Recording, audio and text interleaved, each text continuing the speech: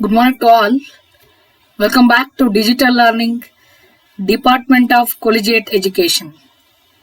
Dear students, my name is Smita, working as Assistant Professor of Commerce at Government First Grade College for Women, Tumkur. In this video, I am going to explain about the topic rules relating to minors agreement. This topic comes under the paper entitled Business Law, which is prescribed for 6M BCom. ಪ್ರಿಯ ವಿದ್ಯಾರ್ಥಿಗಳೇ, ಈ ವಿಡಿಯೋದಲ್ಲಿ ನಾನು ಅಪ್ರಾಪ್ತ ವಯಸ್ಕರ ನಿಯಮಗಳು ಅಂತ ಹೇಳ್ತೀವಿ, minors agreement ಅಂತ ನಾವೇನು ಹೇಳ್ತೀವಲ್ಲ, ಅಪ್ರಾಪ್ತ ವಯಸ್ಕರಿಗೆ ಸಂಬಂಧಪಟ್ಟಂತ ಒಂದು ನಿಯಮಗಳೇನೇನು ಅನ್ನೋದ್ರ ಬಗ್ಗೆ ವಿವರಣೆಯನ್ನ ನೀಡ್ತಾ ಇದ್ದೇನೆ. Now let me start this video. First rule regarding to minors agreement is agreement with minor is void ab initio ಅಂತ ಹೇಳ್ತೀವಿ. The section 11 says that a minor is not competent. The Privacy Council made it perfectly clear that a minor is not competent to contract and that a contract by minor is void ab initio ಅಂತ. Previous ವಿಡಿಯೋದಲ್ಲಿ ನಾವು already minor ಬಗ್ಗೆ explanation ಅನ್ನ ಕೊಟ್ಟಿದ್ದೀವಿ. So minor ಅಂದ್ರೆ ನಿಮ್ಗೆ ಗೊತ್ತಿದ್ದಂಗೆ whose age is below 18 years. ಯಾರಿಗೆ ಒಂದು ಏಜ್ 18 ವರ್ಷಕ್ಕಿಂತ ಕಡಿಮೆ ಇರುತ್ತೆ ಅವ್ರನ್ನ ನಾವಿಲ್ಲಿ ಮೈನರ್ ಅಂತೇಳಿ ಕನ್ಸಿಡರ್ ಮಾಡ್ತೀವಿ. ಆದ್ರೆ ಇಲ್ಲಿ ಮೈನರ್ ಜೊತೆ ಅಗ್ರಿಮೆಂಟ್ ಅನ್ನ ಮಾಡ್ಕೊಂಡಂತ ಸಂದರ್ಭದಲ್ಲಿ ಯಾವ್ಯಾವ ರೀತಿಯ ಒಂದು ಕಾನೂನಿನ ನಿಯಮಗಳಿದೆ ಅನ್ನೋದು ಈ ಒಂದು ರೂಲ್ಸ್ ರಿಗಾರ್ಡಿಂಗ್ ಮೈನರ್ಸ್ ಅಗ್ರಿಮೆಂಟ್ ಗೆ ಸಂಬಂಧಪಡುತ್ತೆ. ಇನ್ ಕೇಸ್ ಮೈನರ್ ಜೊತೆ ನೀವು ಅಗ್ರಿಮೆಂಟ್ ಅನ್ನ ಮಾಡ್ಕೊಂಡಿದ್ದೆ ಆದ್ರೆ ಏನೆಲ್ಲ ಒಂದು ನಿಯಮಗಳಿದೆ ಅನ್ನೋದನ್ನ ನಾವು ನೋಡೋದಾದ್ರೆ ನೋಡಿ, ಫಸ್ಟ್ ಅಗ್ರಿಮೆಂಟ್ ಅನ್ನ ನೀವು ಏನು ಮೈನರ್ ಜೊತೆ ಮಾಡ್ಕೊಂತೀರಾ ಅದನ್ನ ನಾವು ವಾಯ್ಡ್ ab initio ಅಂತ ಹೇಳ್ತೀವಿ. ಸೆಕ್ಷನ್ 11 ನಲ್ಲಿ ಹೇಳ್ತಾರೆ ಅದನ್ನ.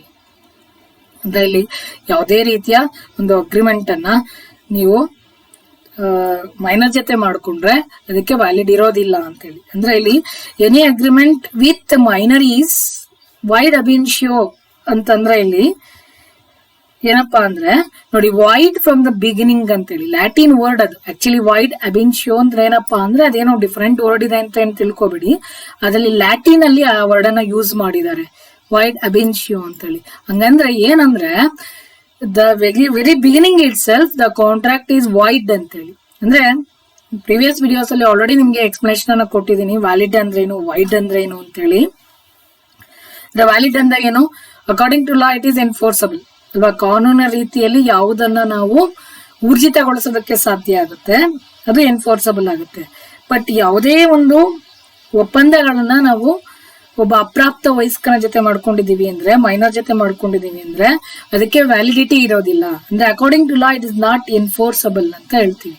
ಅದಕ್ಕೆ ನಾವು ಇಲ್ಲಿ ವಾಯ್ಡ್ ಅಂತ ಹೇಳ್ತೀವಿ. ಅಂದ್ರೆ ಒಬ್ಬ ಅಪ್ರಾಪ್ತ ವಯಸ್ಕನ ಜೊತೆ ಬಿಗಿನಿಂಗ್ ಅಲ್ಲೇ ನಾವೇನ್ ಹೇಳ್ತೀವಿ ಅಂದ್ರೆ ನೀವು ಕಾಂಟ್ರಾಕ್ಟ್ ಅನ್ನ ಮಾಡ್ಕೊಳ್ಳೋ ಹಾಗೆ ಇಲ್ಲ,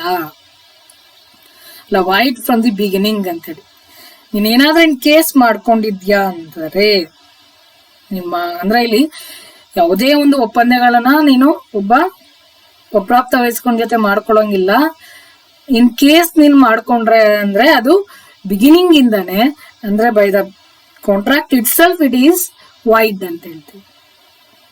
ಕಾನೂನಿನ ರೀತಿಯಲ್ಲಿ ಅದನ್ನ ನಾವು ಯಾವುದೇ ರೀತಿ ಎನ್ಫೋರ್ಸ್ ಮಾಡೋದಕ್ಕೆ ಸಾಧ್ಯ ಇಲ್ಲ ಅಂತೇಳಿ. This means that legally a contract was void as soon as it was created. ನೀವು ಅದನ್ನು ಕ್ರಿಯೇಟ್ ಮಾಡ್ಕೊಂಡಾಗ್ಲಿಂದನೂ ಇದಕ್ಕೆ ವ್ಯಾಲಿಡಿಟಿ ಇರೋದಿಲ್ಲ ಅಂತ. The parties of the contract are not legally related based on what was written in the agreement because the agreement is question was never valid ಅಂತ. ಅಂದ್ರೆ ಇಲ್ಲಿ ಏನು parties ಇರ್ತಾರೆ, ದ ಪಾರ್ಟೀಸ್ ಆಫ್ ಕಾಂಟ್ರಾಕ್ಟ್ ಏನಿರ್ತಾರೆ R not legally related ಅಂತ ಹೇಳ್ತಾರೆ. ಏನಿಬ್ರು parties ಏನಿದ್ರು ಅಂದ್ರೆ ಒಬ್ಬ ಮೇಜರ್ ಇರ್ತಾರೆ, ಇನ್ನೊಬ್ಬ ಮೈನರ್ ಇರ್ತಾರೆ, ಅವ್ರ ಜೊತೆ ನೀವು ಅಗ್ರಿಮೆಂಟ್ ಮಾಡ್ಕೊಂಡಿದೀರಿ, ಆ ಇಬ್ರು ಪಾರ್ಟೀಸ್ ಏನಿದ್ರು ಅವ್ರಿಗೆ ಯಾವುದೇ ರೀತಿಯ ಲೀಗಲಿ ಅವರು ಲಯಬಲ್ ಆಗೋದಕ್ಕೆ ಸಾಧ್ಯ ಆಗೋದಿಲ್ಲ, ಯಾಕಂದ್ರೆ ವ್ಯಾಲಿಡಿಟಿನೇ ಇಲ್ಲ ಅಂತ ಹೇಳಿ. The next, another rule regarding minor is no ratification ಅಂತ ಹೇಳ್ತೀವಿ. Ratification means the subsequent adoption and acceptance of an act or agreement ಅಂತೇಳಿ. ರೇಟಿಫಿಕೇಶನ್ ಅಂದ್ರೇನಪ್ಪ ಅಂದ್ರೆ ತದನಂತರ ಅದನ್ನ ಅಡಾಪ್ಟ್ ಮಾಡ್ಕೊಳ್ಳೋದಕ್ಕೆ ಬರುತ್ತಾ ಅಂತೇಳಿ. ಅದನ್ನ ಇಲ್ಲಿ ನೋ ರೇಟಿಫಿಕೇಶನ್ ಅಂತ ಹೇಳ್ತೀವಿ ನಾವು. ಅಂದ್ರೆ ಮತ್ತೆ ಅದನ್ನ ಅನುಮೋದಿಸೋದಕ್ಕೆ ಸಾಧ್ಯ ಇಲ್ಲ ಅಂತ ಹೇಳಿ. ಅಂದ್ರೆ ಏನಂದ್ರೆ ಇದ್ರ ಅರ್ಥ ನೋಡಿ, agreement with minor is completely void. ನೀವು ಯಾವುದೇ ಒಂದು ಅಗ್ರಿಮೆಂಟ್ ಅನ್ನ ಏನು ಮೈನರ್ ಜೊತೆ ಮಾಡ್ಕೊಂಡಿದ್ದೀರಾ ಅದು ಪೂರ್ತಿಯಾಗಿ ಅದಕ್ಕೆ ವ್ಯಾಲಿಡಿಟಿ ಇಲ್ಲ. ಹಾಗಾಗಿ a minor cannot ratify the agreement even on attaining majority because a void agreement cannot be ratified ಅಂತೇಳಿ. ಅಂದ್ರೆ ಇಲ್ಲಿ ಮೈನರ್ ಏನ್ ಮಾಡ್ತಾರೆ, ಮತ್ತೆ ಅದನ್ನ ಅನುಮೋದನೆ ಮಾಡೋದಕ್ಕೆ ಬರೋದಿಲ್ಲ. ಅಂದ್ರೆ ಅನುಮೋದನೆ ಮಾಡೋದಕ್ಕೆ ಬರೋದಿಲ್ಲ ಅಂದಾಗ ಇಲ್ಲೇನಾಗುತ್ತೆ, ಮೈನರ್ ಇದ್ದಾಗ ಅಗ್ರಿಮೆಂಟ್ ಮಾಡ್ಕೊಂಡ್ರು. ಈಗ ಒಂದ್ ಕೇಸ್ ಮೇಜರ್ ಆದ, ಸೊ ನೀನ್ ಮೇಜರ್ ಆಗಿದ್ಯಾ, ಹಾಗಾಗಿ ನೀನ್ ಮೈನರ್ ಆಗಿದ್ದಾಗ ಏನ್ ಅಗ್ರಿಮೆಂಟ್ ಮಾಡ್ಕೊಂಡಿದೀವಿ ಅದಕ್ಕೆ ವ್ಯಾಲಿಡಿಟಿ ಇದೆ ಅಂತ ಹೇಳೋದಕ್ಕೆ ಬರೋದಿಲ್ಲ ಅಂತ ಹೇಳಿ. ಯಾಕೆಂದ್ರೆ ಯಾವ ಒಂದು ಅಗ್ರಿಮೆಂಟ್ ಅನ್ನ ಮಾಡ್ಕೊಂಡಿದ್ರಿ ಆಗ ಅವರ ಏಜ್ ಇಂಪಾರ್ಟೆಂಟ್. 17 ವರ್ಷ ಆಗಿತ್ತು ಸಪೋಸ್, ಅವಾಗ ಒಂದು ಅಗ್ರಿಮೆಂಟ್ ಮಾಡ್ಕೊಂಡ, ಈಗ 1.5 ವರ್ಷ ಕಳೆದೋಯ್ತು, ಈಗ ಅವನಿಗೆ 18 ವರ್ಷ, ಈಗ ಸಪೋಸ್ ಈಗ 18 ವರ್ಷ 6 ತಿಂಗಳೀಗ. ಈಗ ಏನು ಅಗ್ರಿಮೆಂಟ್ ಅವಾಗ ಮಾಡ್ಕೊಂಡಿದ್ದ ಅಗ್ರಿಮೆಂಟ್ ಸರಿ ಅಂತ ಹೇಳೋದಕ್ಕೆ ಬರೋದಿಲ್ಲ. ಅದನ್ನ ಇಲ್ಲಿ ನೋ ರೇಟಿಫಿಕೇಶನ್ ಅಂತ ಹೇಳ್ತೀವಿ. ಅಂದ್ರೆ ಇಲ್ಲಿ ಏನಾಗುತ್ತೆ, ಯಾವುದೇ ಒಂದು time important, time of agreement important. ನೀವು ಯಾವಾಗ ಅಗ್ರಿಮೆಂಟ್ ಮಾಡ್ಕೊಂಡಿದ್ರೆ ಆಗ ಅವರು ಮೇಜರ್ ಆಗಿರ್ಬೇಕು. ಆಗ ಅವ್ರು ಮೈನರ್ ಆಗ್ಬಿಟ್ಟು ಅಗ್ರಿಮೆಂಟ್ ಮಾಡ್ಕೊಂಡಾಗ ಅವನು ಮೈನರ್ ಇದ್ದ, ಬಟ್ ಈಗ ಆಲ್ರೆಡಿ ಕಳೆದೋಗಿದೆ, ಒಂದು 2 ಇಯರ್ಸ್ ಆಗೋಗಿದೆ, ಈಗ ಮೇಜರ್ ಅಂತ ಹೇಳಿ ಅದನ್ನ ನಾವು ಅನುಮೋದಿಸೋದಕ್ಕೆ ಬರೋದಿಲ್ಲ, ಈಗ ಸರಿ ಅಂತ ಹೇಳಿ ಹೇಳೋದಕ್ಕೆ ಬರೋದಿಲ್ಲ. ಅದನ್ನೇ ಇಲ್ಲಿ ನೋ ರೇಟಿಫಿಕೇಶನ್ ಅಂತ ಹೇಳ್ತೀವಿ ನಾವು. ಅಂದ್ರೆ ಇಲ್ಲಿ ಏನಾಗುತ್ತೆ ನೋಡಿ, agreement with minor is completely void ಅಲ್ವಾ. ಅಗ್ರಿಮೆಂಟ್ ಏನ್ ಮಾಡ್ಕೊಂಡಿರ್ತೀರಾ, ಒಬ್ಬ ಮೈನರ್ ಜೊತೆ ಮಾಡ್ಕೊಂಡಿರ್ತಕ್ಕಂಥ ಅಗ್ರಿಮೆಂಟ್ಗೆ ಬೆಲೆನೇ ಇಲ್ಲ, ಅದು ಪೂರ್ತಿಯಾಗಿ ವಾಯ್ಡ್ ಆಗಿರುತ್ತೆ. ಹಾಗಾಗಿ a minor cannot ratify the agreement even on attaining majority. Major ಆಗಿದ್ದೀನಿ ನಾನು ಅಂತೇಳಿ ಅದನ್ನ ಮತ್ತೆ ಅನುಮೋದನೆ ಮಾಡೋದಕ್ಕೆ ಬರೋದಿಲ್ಲ, ಅದು ಸರಿ ಇದೆ ಅಂತ ಹೇಳೋದಕ್ಕೆ ಬರೋದಿಲ್ಲ. Because a void agreement cannot be ratified ಅಂತೇಳಿ. ಅಂದ್ರೆ ನೀವು ಏನೆಲ್ಲ ಅಗ್ರಿಮೆಂಟ್ ಮಾಡ್ಕೊಂಡಿದ್ದೀರಾ ಅದು ಅಗ್ರಿಮೆಂಟ್ ಮಾಡ್ಕೊಂಡಾಗ ಅದಕ್ಕೆ ವ್ಯಾಲಿಡಿಟಿ ಇರೋದಿಲ್ಲ, ಹಾಗಾಗಿ ಮತ್ತೆ ಅದನ್ನ ಅನುಮೋದನೆ ಮಾಡೋದಕ್ಕೆ ಬರೋದಿಲ್ಲ, ರೇಟಿಫೈ ಮಾಡೋದಕ್ಕೆ ಬರೋದಿಲ್ಲ ಅಂತೇಳಿ. But if on becoming major he makes a new promise for fresh consideration, then this new promise will be binding. But ಅವನು ಮೇಜರ್ ಆದಾಗ ಇನ್ನೊಂದು ಹೊಸ ಕಾಂಟ್ರಾಕ್ಟ್ ಮಾಡ್ಕೋಬಹುದು, ಅವಾಗ ಅದಕ್ಕೆ ವ್ಯಾಲಿಡಿಟಿ ಇರುತ್ತೆ. ಯಾಕೆಂದ್ರೆ 16 ವರ್ಷದಲ್ಲಿದ್ದಂತ ಮಾಡಿದಂತ ಒಂದು ಅಗ್ರಿಮೆಂಟ್ ಅನ್ನ ನಾನೀಗ 19 ವರ್ಷಕ್ಕೆ ಬಂದಿದ್ದೀನಿ, ನನ್ಗೆ ಏನ್ ಮೇಜರ್ ಆಗಿದ್ದೀನಿ ನಾನು ಅಂತೇಳಿ ಅದನ್ನೇ ಮತ್ತೆ ಅನುಮೋದನೆ ಮಾಡೋದಕ್ಕೆ ಬರೋದಿಲ್ಲ. ಬಟ್ ಹೊಸದಾಗಿ ಮಾಡ್ಕೋಬೇಕಾದ್ರೆ ಅದನ್ನ ಹಳೆದನ್ನ ಏನು ಅದಕ್ಕೆ ವ್ಯಾಲಿಡಿಟಿ ಇರೋದಿಲ್ಲ ಆ ಡೇಟ್ ಅಲ್ಲಿ. ಯಾಕೆಂದ್ರೆ ಅದು ಇಂಪಾರ್ಟೆಂಟ್, ಡೇಟ್ ಇಂಪಾರ್ಟೆಂಟ್. ಯಾವ ಡೇಟ್ ಅಲ್ಲಿ ಮಾಡ್ಕೊಂಡಿದ್ದೆ ಆಗ ನೀನ್ ಮೈನರ್ ಆಗಿದ್ದೆ, ಬಟ್ ಈಗ ಇನ್ನೊಂದ್ಸತಿ ನಾನು ಮಾಡ್ಕೊಂತ ಇದ್ದೀನಿ, ಈ ಡೇಟ್ ಅಲ್ಲಿ ನಾನು ಮೇಜರ್. ಹಾಗಾಗಿ ಹಳೇದನ್ನ ತೆಗೆದಾಕಿ ಈಗ ಹೊಸದಾಗಿ ಒಂದು ಏನ್ ಅಗ್ರಿಮೆಂಟ್ ಮಾಡ್ಕೊಂತಾನೆ ಅದಕ್ಕೆ ವ್ಯಾಲಿಡಿಟಿ ಇರುತ್ತೆ. ಆದ್ರೆ ನೆಕ್ಸ್ಟ್ ಮುಂದಿನ ನೋಡೋದಾದ್ರೆ, minor can be promisee or beneficiary ಅಂತ ಹೇಳ್ತೀವಿ. ಅಂದ್ರೆ ಇಲ್ಲಿ ಏನ್ ಮೈನರ್ ಇರ್ತಾರೆ ಅವರು ಪ್ರಾಮಿಸ್ ಮಾಡ್ಬೋದು ಅಥವಾ ಅದರ ಒಂದು ಬೆನಿಫಿಟ್ ಅನ್ನ ಪಡ್ಕೋಬಹುದು ಅಂತ ಹೇಳ್ತೀವಿ. ಅಂದ್ರೆ ಇಲ್ಲಿ ಏನಾಗುತ್ತೆ, if a contract is beneficial to a minor, in case ನೀನೇನೋ ಒಂದು ಕಾಂಟ್ರಾಕ್ಟ್ ಅನ್ನ ಮಾಡ್ಕೊಂಡಿದ್ದೀರಾ, ಮಾಡ್ಕೊಂಡಿರೋ ಕಾಂಟ್ರಾಕ್ಟ್ ಮೈನರ್ಗೆ ಬೆನಿಫಿಟ್ ಆಗ್ತಾ ಇದೆ, ಮೈನರ್ಗೆ ಏನಾದ್ರೂ ಬೆನಿಫಿಟ್ ಆಗೋದೇ ಆದ್ರೆ it can be enforced by him, ಅದನ್ನ ಆ ಮೈನರ್ ಎನ್ಫೋರ್ಸ್ ಮಾಡೋದಕ್ಕೆ ಸಾಧ್ಯ ಇದೆ.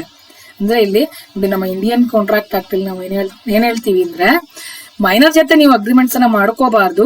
ಇನ್ ಕೇಸ್ ಮಾಡ್ಕೊಂಡಿದ್ದೆ ಆದ್ರೆ ಅದು ಮೈನರ್ಗೆ ಅನುಕೂಲವಾಗಿ ನಿಂತ್ಕೊಳ್ಳುತ್ತೆ, ಅಂದ್ರೆ ಮೈನರ್ ಪರವಾಗಿ ಕಾನೂನು ನಿಂತ್ಕೊಳ್ಳುತ್ತೆ, ಮೈನರ್ಗೆ ಬೆನಿಫಿಟ್ ಅನ್ನ ಮಾಡ್ಕೊಡುತ್ತೆ. ಅಂದ್ರೆ ಇಲ್ಲಿ there is no restriction on a minor from being a beneficiary.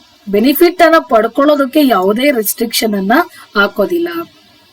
ಹಾಗಾಗಿ thus money advanced by a minor can be recovered by him by a suit because he can take benefit under a contract. ಯಾಕೆಂದ್ರೆ ಕೆಲವು ಸತಿ ನೋಡಿ, ಕೆಲವರು rich parents ಇರ್ತಾರೆ, ಅವರು parents ಏನೋ ಇವ್ರಿಗೆ ಖರ್ಚಿಗೆನೆ ಅಂತ ನೋಡಿ, ದುಡ್ಡಿರೋರ್ಗೆ ಏನು ಖರ್ಚಿಗೆ 10,000 ಕೊಡ್ತಾ ಇರ್ತಾರೆ. ಬೇಕಾದ್ರೆ ಅದೇ ದುಡ್ಡಿಲ್ದೇ ಇದ್ದಾರೆ ಪಾಪ 10,000 ಒಂದು ಇನ್ಕಮ್ ಆಗಿರುತ್ತೆ, ಆಕ್ಚುಲಿ ಮಂತ್ಲಿ ಇನ್ಕಮ್ ಆಗಿರುತ್ತೆ. ಕೋಟಿಗಟ್ಲೆ ಇರೋರಿಗೆ ತಗೋ 10,000 ಏನಕ್ಕಾದ್ರೂ ಎಂಜಾಯ್ ಮಾಡು, ಖರ್ಚು ಮಾಡ್ಕೊಂತ ಕೊಟ್ಟಿರ್ತಾರೆ ಅವ್ರು. ಹಾಗಾಗಿ ಇವನು ಅದನ್ನೇ ಸೇವ್ ಮಾಡ್ಕೊಂಡಿರ್ತಾನೆ. ಸೇವ್ ಮಾಡ್ಕೊಂಡ್ಬಿಟ್ಟು ಅದ್ರಲ್ಲಿ ಒಂದು 20,000 ಯಾರೋ ಬೇರೆಯವ್ರಿಗೆ ಕೇಳಿದಾಗ ಕೊಡ್ತಾನೆ. ಆಗ ಅದನ್ನ ಕೇಳುವ ರೈಟ್ಸ್ ಇರುತ್ತೆ. ನಾನು 20,000 ಕೊಟ್ಟಿದ್ದೀನಿ ನಾನು ನಿನ್ಗೆ, ಅದನ್ನ ಕೊಡು ನಂಗೆ ವಾಪಸ್ಸು. ನೋಡಿ, ಯಾವುದೇ ಮನಿಯನ್ನ ಕೊಟ್ಟಂತ ಸಂದರ್ಭದಲ್ಲಿ money advanced by minor can be recovered. Recovery ಮಾಡೋ ಒಂದು ಹಕ್ಕು ಇವ್ರಿಗಿರುತ್ತೆ. ಯಾಕಂದ್ರೆ ನಾನು 20,000 ಕೊಟ್ಟಿದ್ದೀನಿ ನಿನ್ಗೆ ಅಂದ್ರೆ ಅಲ್ಲಿಗೆ ನನ್ನ ಮೈನರು ಬಿಡು, ಅವ್ನಿಗೇನೋ ಗೊತ್ತಾಗಲ್ಲ ಅಂತ ಕೊಟ್ಟಿದ್ದು ದುಡ್ಡು ಹೊತ್ಕೊಂಡು ಹೋಗಕ್ ಬರೋದಿಲ್ಲ. ಸೊ ನಾನು ಕೊಟ್ಟಿದ್ದೆ ನನ್ನ ದುಡ್ಡು ನಿನ್ಗೆ, ಅದನ್ನ ವಾಪಸ್ ಕೊಡು ಅಂತ ಹೇಳಿ ಕೇಳಬಹುದು. ಬೆನಿಫಿಷಿಯರಿ ನೋಡಿ, benefit promise according to that promise ಮಾಡಿದ್ದ ಅವ್ರಿಗೆ 20,000 ಕೊಡ್ತೀನಿ ಅಂತ ಹೇಳಿ ಕೊಟ್ಟಿದ್ದಾರೆ, ಆ ವಾಪಸ್ಸನ್ನು ಇಸ್ಕೋಬಹುದು. ಇಲ್ಲಿ ಒಂದು ಕೇಸ್ ಲಾನು ಇದೆ.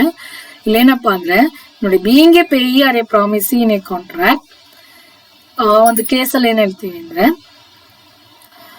General American Insurance Company Limited versus Madan Lal Sonu Lal ಅಂತ ಹೇಳಿ 1935 ಅಲ್ಲಿ ಒಂದು ಕೋರ್ಟ್ ಕೇಸ್ ಆಗುತ್ತೆ. ಅದ್ರಲ್ಲಿ ಏನಪ್ಪಾ ಅಂದ್ರೆ ಎಕ್ಸ್ ಈ minor insured his goods with an insurance company. Insurance ಕಂಪನಿಲಿ ತನ್ನ ಗೂಡ್ಸ್ ಅನ್ನ ಇನ್ಶೂರೆನ್ಸ್ಗೆ ತಗೊಂಡಿರ್ತಾನೆ. ತನ್ನ ಗೂಡ್ಸ್ ನ ತನ್ನ ಬೇಸಿಸ್ ಆನ್ ದೇರ್ ಗೂಡ್ಸ್ ಏನ್ ತನ್ನ ಗೂಡ್ಸ್ ಮೇಲೆ ಒಂದು ಇನ್ಶೂರೆನ್ಸ್ ಅನ್ನ ತಗೊಂಡಿರ್ತಾನೆ. ಯಾರು? ಎಕ್ಸ್ ಅನ್ನೋರು. The goods were damaged. ಏನಾಗುತ್ತೆ, ಗೂಡ್ಸ್ ಎಲ್ಲ ಡ್ಯಾಮೇಜ್ ಆಗೋಗುತ್ತೆ. ಹಾಗಾಗಿ ಎಕ್ಸ್ ಏನ್ ಮಾಡ್ತಾರೆ, X filed a suit for claim. So ಒಂದು ಕೇಸ್ ಆಗ್ತದೆ, ನನಗೆ ಗೂಡ್ಸ್ ಎಲ್ಲ ಡ್ಯಾಮೇಜ್ ಆಗೋಗಿದೆ, ಹಾಗಾಗಿ ಆ ಗೂಡ್ಸ್ ಏನು ನಾನು ಇನ್ಶೂರೆನ್ಸ್ ಮಾಡಿದ್ದೀನಲ್ಲ, ಇನ್ಶೂರೆನ್ಸ್ ಕಂಪನಿಯಿಂದ ನನಗೆ ಕ್ಲೈಮ್ ಬರಲಿ, ನಂಗೆ ಅಮೌಂಟ್ ಅನ್ನ ಕೊಡಿ ಅಂತೇಳಿ. The insurance company took the person on whose behalf the goods were insured was a minor. ನೋಡಿ, ಆ ಇನ್ಶೂರೆನ್ಸ್ ಕಂಪನಿ ಅವ್ರು ಏನ್ ಹೇಳ್ತಾರೆ ಅಂದ್ರೆ, ಆ ಪರ್ಸನ್ ಅನ್ನ ಕರ್ಕೊಂಡು ಹೋಗ್ಬಿಟ್ಟು ಹೇಳ್ತಾರೆ, ನೋಡಿ ಈ ಗೂಡ್ಸ್ ಏನನ್ನ ಇವ್ರು ಇನ್ಶೂರೆನ್ಸ್ ಮಾಡಿದ್ರು ಮೈನರ್, ಹಾಗಾಗಿ ನನ್ ಕೊಡೋದಿಲ್ಲ ಅನ್ನೋ ತರ ಹೇಳ್ತಾರೆ. ಅಂದ್ರೆ ಇಲ್ಲಿ ಏನಂದ್ರೆ ಕೇಸ್ ಇನ್ನೂ ಸ್ವಲ್ಪ ಜಾಸ್ತಿ ಇದೆ, ನಾನು ಇಲ್ಲಿ ಬ್ರೀಫ್ ಮಾಡಿ ನಿಮ್ಗೆ ಹೇಳಿದೀನಿ. ಅಂದ್ರೆ ಇನ್ಶೂರೆನ್ಸ್ ಕಂಪನಿ ಅವ್ರು ಏನ್ ಹೇಳ್ತಾರೆ ಅಂದ್ರೆ, ಆ ಪರ್ಸನ್ ಅನ್ನ ಕರ್ಕೊಂಡು ಹೋಗ್ಬಿಟ್ಟು, ನೋಡಿ ಈ ಪರ್ಸನ್ ಏನಿದಾನೆ, ಈ ಕೇಸ್ ಅಂದ್ರೆ ಕ್ಲೈಮ್ ಏನ್ ಮಾಡ್ಕೊಂಡಿದ್ದಾನೆ, ದುಡ್ಡನ್ನ ಕೊಡುವಂತ ಏನ್ ಕ್ಲೈಮ್ ಮಾಡ್ಕೊಂಡಿದ್ದಾನೆ, ಇವನ್ ಮೈನರ್, ಹಾಗಾಗಿ ನನ್ ಕೊಡೋದಕ್ಕೆ ಸಾಧ್ಯ ಇಲ್ಲ. ಅಂದ್ರೆ ಏನು ಗೂಡ್ಸ್ ಎಲ್ಲ ಡೆಸ್ಟ್ ಆಗೋಗಿತ್ತು, ಅಷ್ಟಕ್ಕೆ ಎಷ್ಟು ಅಮೌಂಟ್ ಇತ್ತು ಅಷ್ಟನ್ನ ಕೊಡೋದಕ್ಕೆ ನಾವು ಸಾಧ್ಯ ಇಲ್ಲ ಅಂತ ಹೇಳ್ತಾರೆ. ಆದ್ರೆ ಇಲ್ಲಿ ಏನಾಗುತ್ತೆ ಅಂದ್ರೆ, the court rejected the plea and allowed the minor to recover money from the insurance company. ಆದ್ರೆ ಅವ್ರ ಏನೋ ಒಂದು ಕೇಸ್ ಹಾಕಿದ್ರು, ಅವ್ರು ಏನೋ ಒಂದು ಮನವಿಯನ್ನ ಮಾಡ್ಕೊಂಡಿದ್ರು. ಅಂದ್ರೆ ಯಾರು ಪ್ಲೀ ಅಂತ ಹೇಳ್ತೀನಿ, ಮನವಿ ಮಾಡ್ಕೊಳ್ಳೋದು. ಅಮೆರಿಕನ್ ಇನ್ಶೂರೆನ್ಸ್ ಕಂಪನಿ ಅವ್ರು ಏನ್ ಮನವಿ ಮಾಡ್ಕೊಂಡಿದ್ರು ಅಂದ್ರೆ, ಅವನು ಮೈನರ್, ಹಾಗಾಗಿ ನಾವು ಕೊಡೋದಕ್ ಸಾಧ್ಯ ಇಲ್ಲ ಅಂತ ಹೇಳಿದ್ರು. ಅದನ್ನ ವಜಾ ಮಾಡಿ, ಇಲ್ಲ ಮೈನರ್ ಆದ್ರೂ ಮೈನರ್ ಯಾವುದೇ ರೀತಿಯ ಬೆನಿಫಿಟ್ ಅನ್ನ ಪಡ್ಕೊಳ್ಳೋದಕ್ಕೆ ಅವ್ರಿಗೆ ಎಬಿಲಿಟಿ ಇದೆ ಅಂತ ಹೇಳಿ ಮೈನರ್ ಪರವಾಗಿನೇ ಕಾನೂನು ನಿಂತ್ಕೊಳ್ಳುತ್ತೆ. ಯಾಕೆ ಅಂದ್ರೆ ನೋಡಿ, ಮೈನರ್ ಆದ್ರೂ ಇನ್ಶೂರೆನ್ಸ್ ಕಟ್ಟಿದಾರಲ್ವಾ, ಇನ್ಶೂರೆನ್ಸ್ ಅನ್ನ ತಗೋಬೇಕಾದ್ರೆ ಇನ್ಶೂರೆನ್ಸ್ ಎಷ್ಟು ಪರ್ಟಿಕ್ಯುಲರ್ ಅಮೌಂಟ್ ಅನ್ನ ಕಟ್ಟಿದ್ದಾರೆ. ಈಗ ಅದ ಮೇಲೆ ಅದರ ಬೆನಿಫಿಟ್ ಅನ್ನ ಅವ್ರಿಗೆ ಕೊಡಬೇಕು. ಅವನು ಓವರ್ ಇಟ್ ಮೈನರ್ ಆಗ್ಲಿ, ಮೈನರ್ ಆದ್ರೂ ತೊಂದರೆ ಇಲ್ಲ, ಆದ್ರೆ ಬೆನಿಫಿಟ್ಗೆ ಮೈನರು ಅರ್ಹರಾಗಿರ್ತಾರೆ ಅಂತೇಳಿ. ಅಂದ್ರೆ ನೋಡಿ ಡಿಯರ್ ಸ್ಟೂಡೆಂಟ್ಸ್, ಇಲ್ಲಿ ಆಲ್ಮೋಸ್ಟ್ ನೀವು ಏನೇ ಒಂದು ಮೈನರ್ ಆಗಿದ್ದಾಗ ಅಗ್ರಿಮೆಂಟ್ ಮಾಡ್ಕೋಬಾರ್ದು. ಬಟ್ ಇನ್ ಕೇಸ್ ಮಾಡ್ಕೊಂಡಿದೀರಾ ಅಂದ್ರೆ ಎಲ್ಲಾನು ಬೆನಿಫಿಟ್ಗೆ ತಗೊಂಡಾಗ ಮೈನರ್ ಪರವಾಗಿನೇ ಕಾನೂನಿನ ಒಂದು ರೂಲ್ಸ್ ಇರುತ್ತೆ. No estoppels against a minor ಅಂತ ಹೇಳ್ತೀವಿ.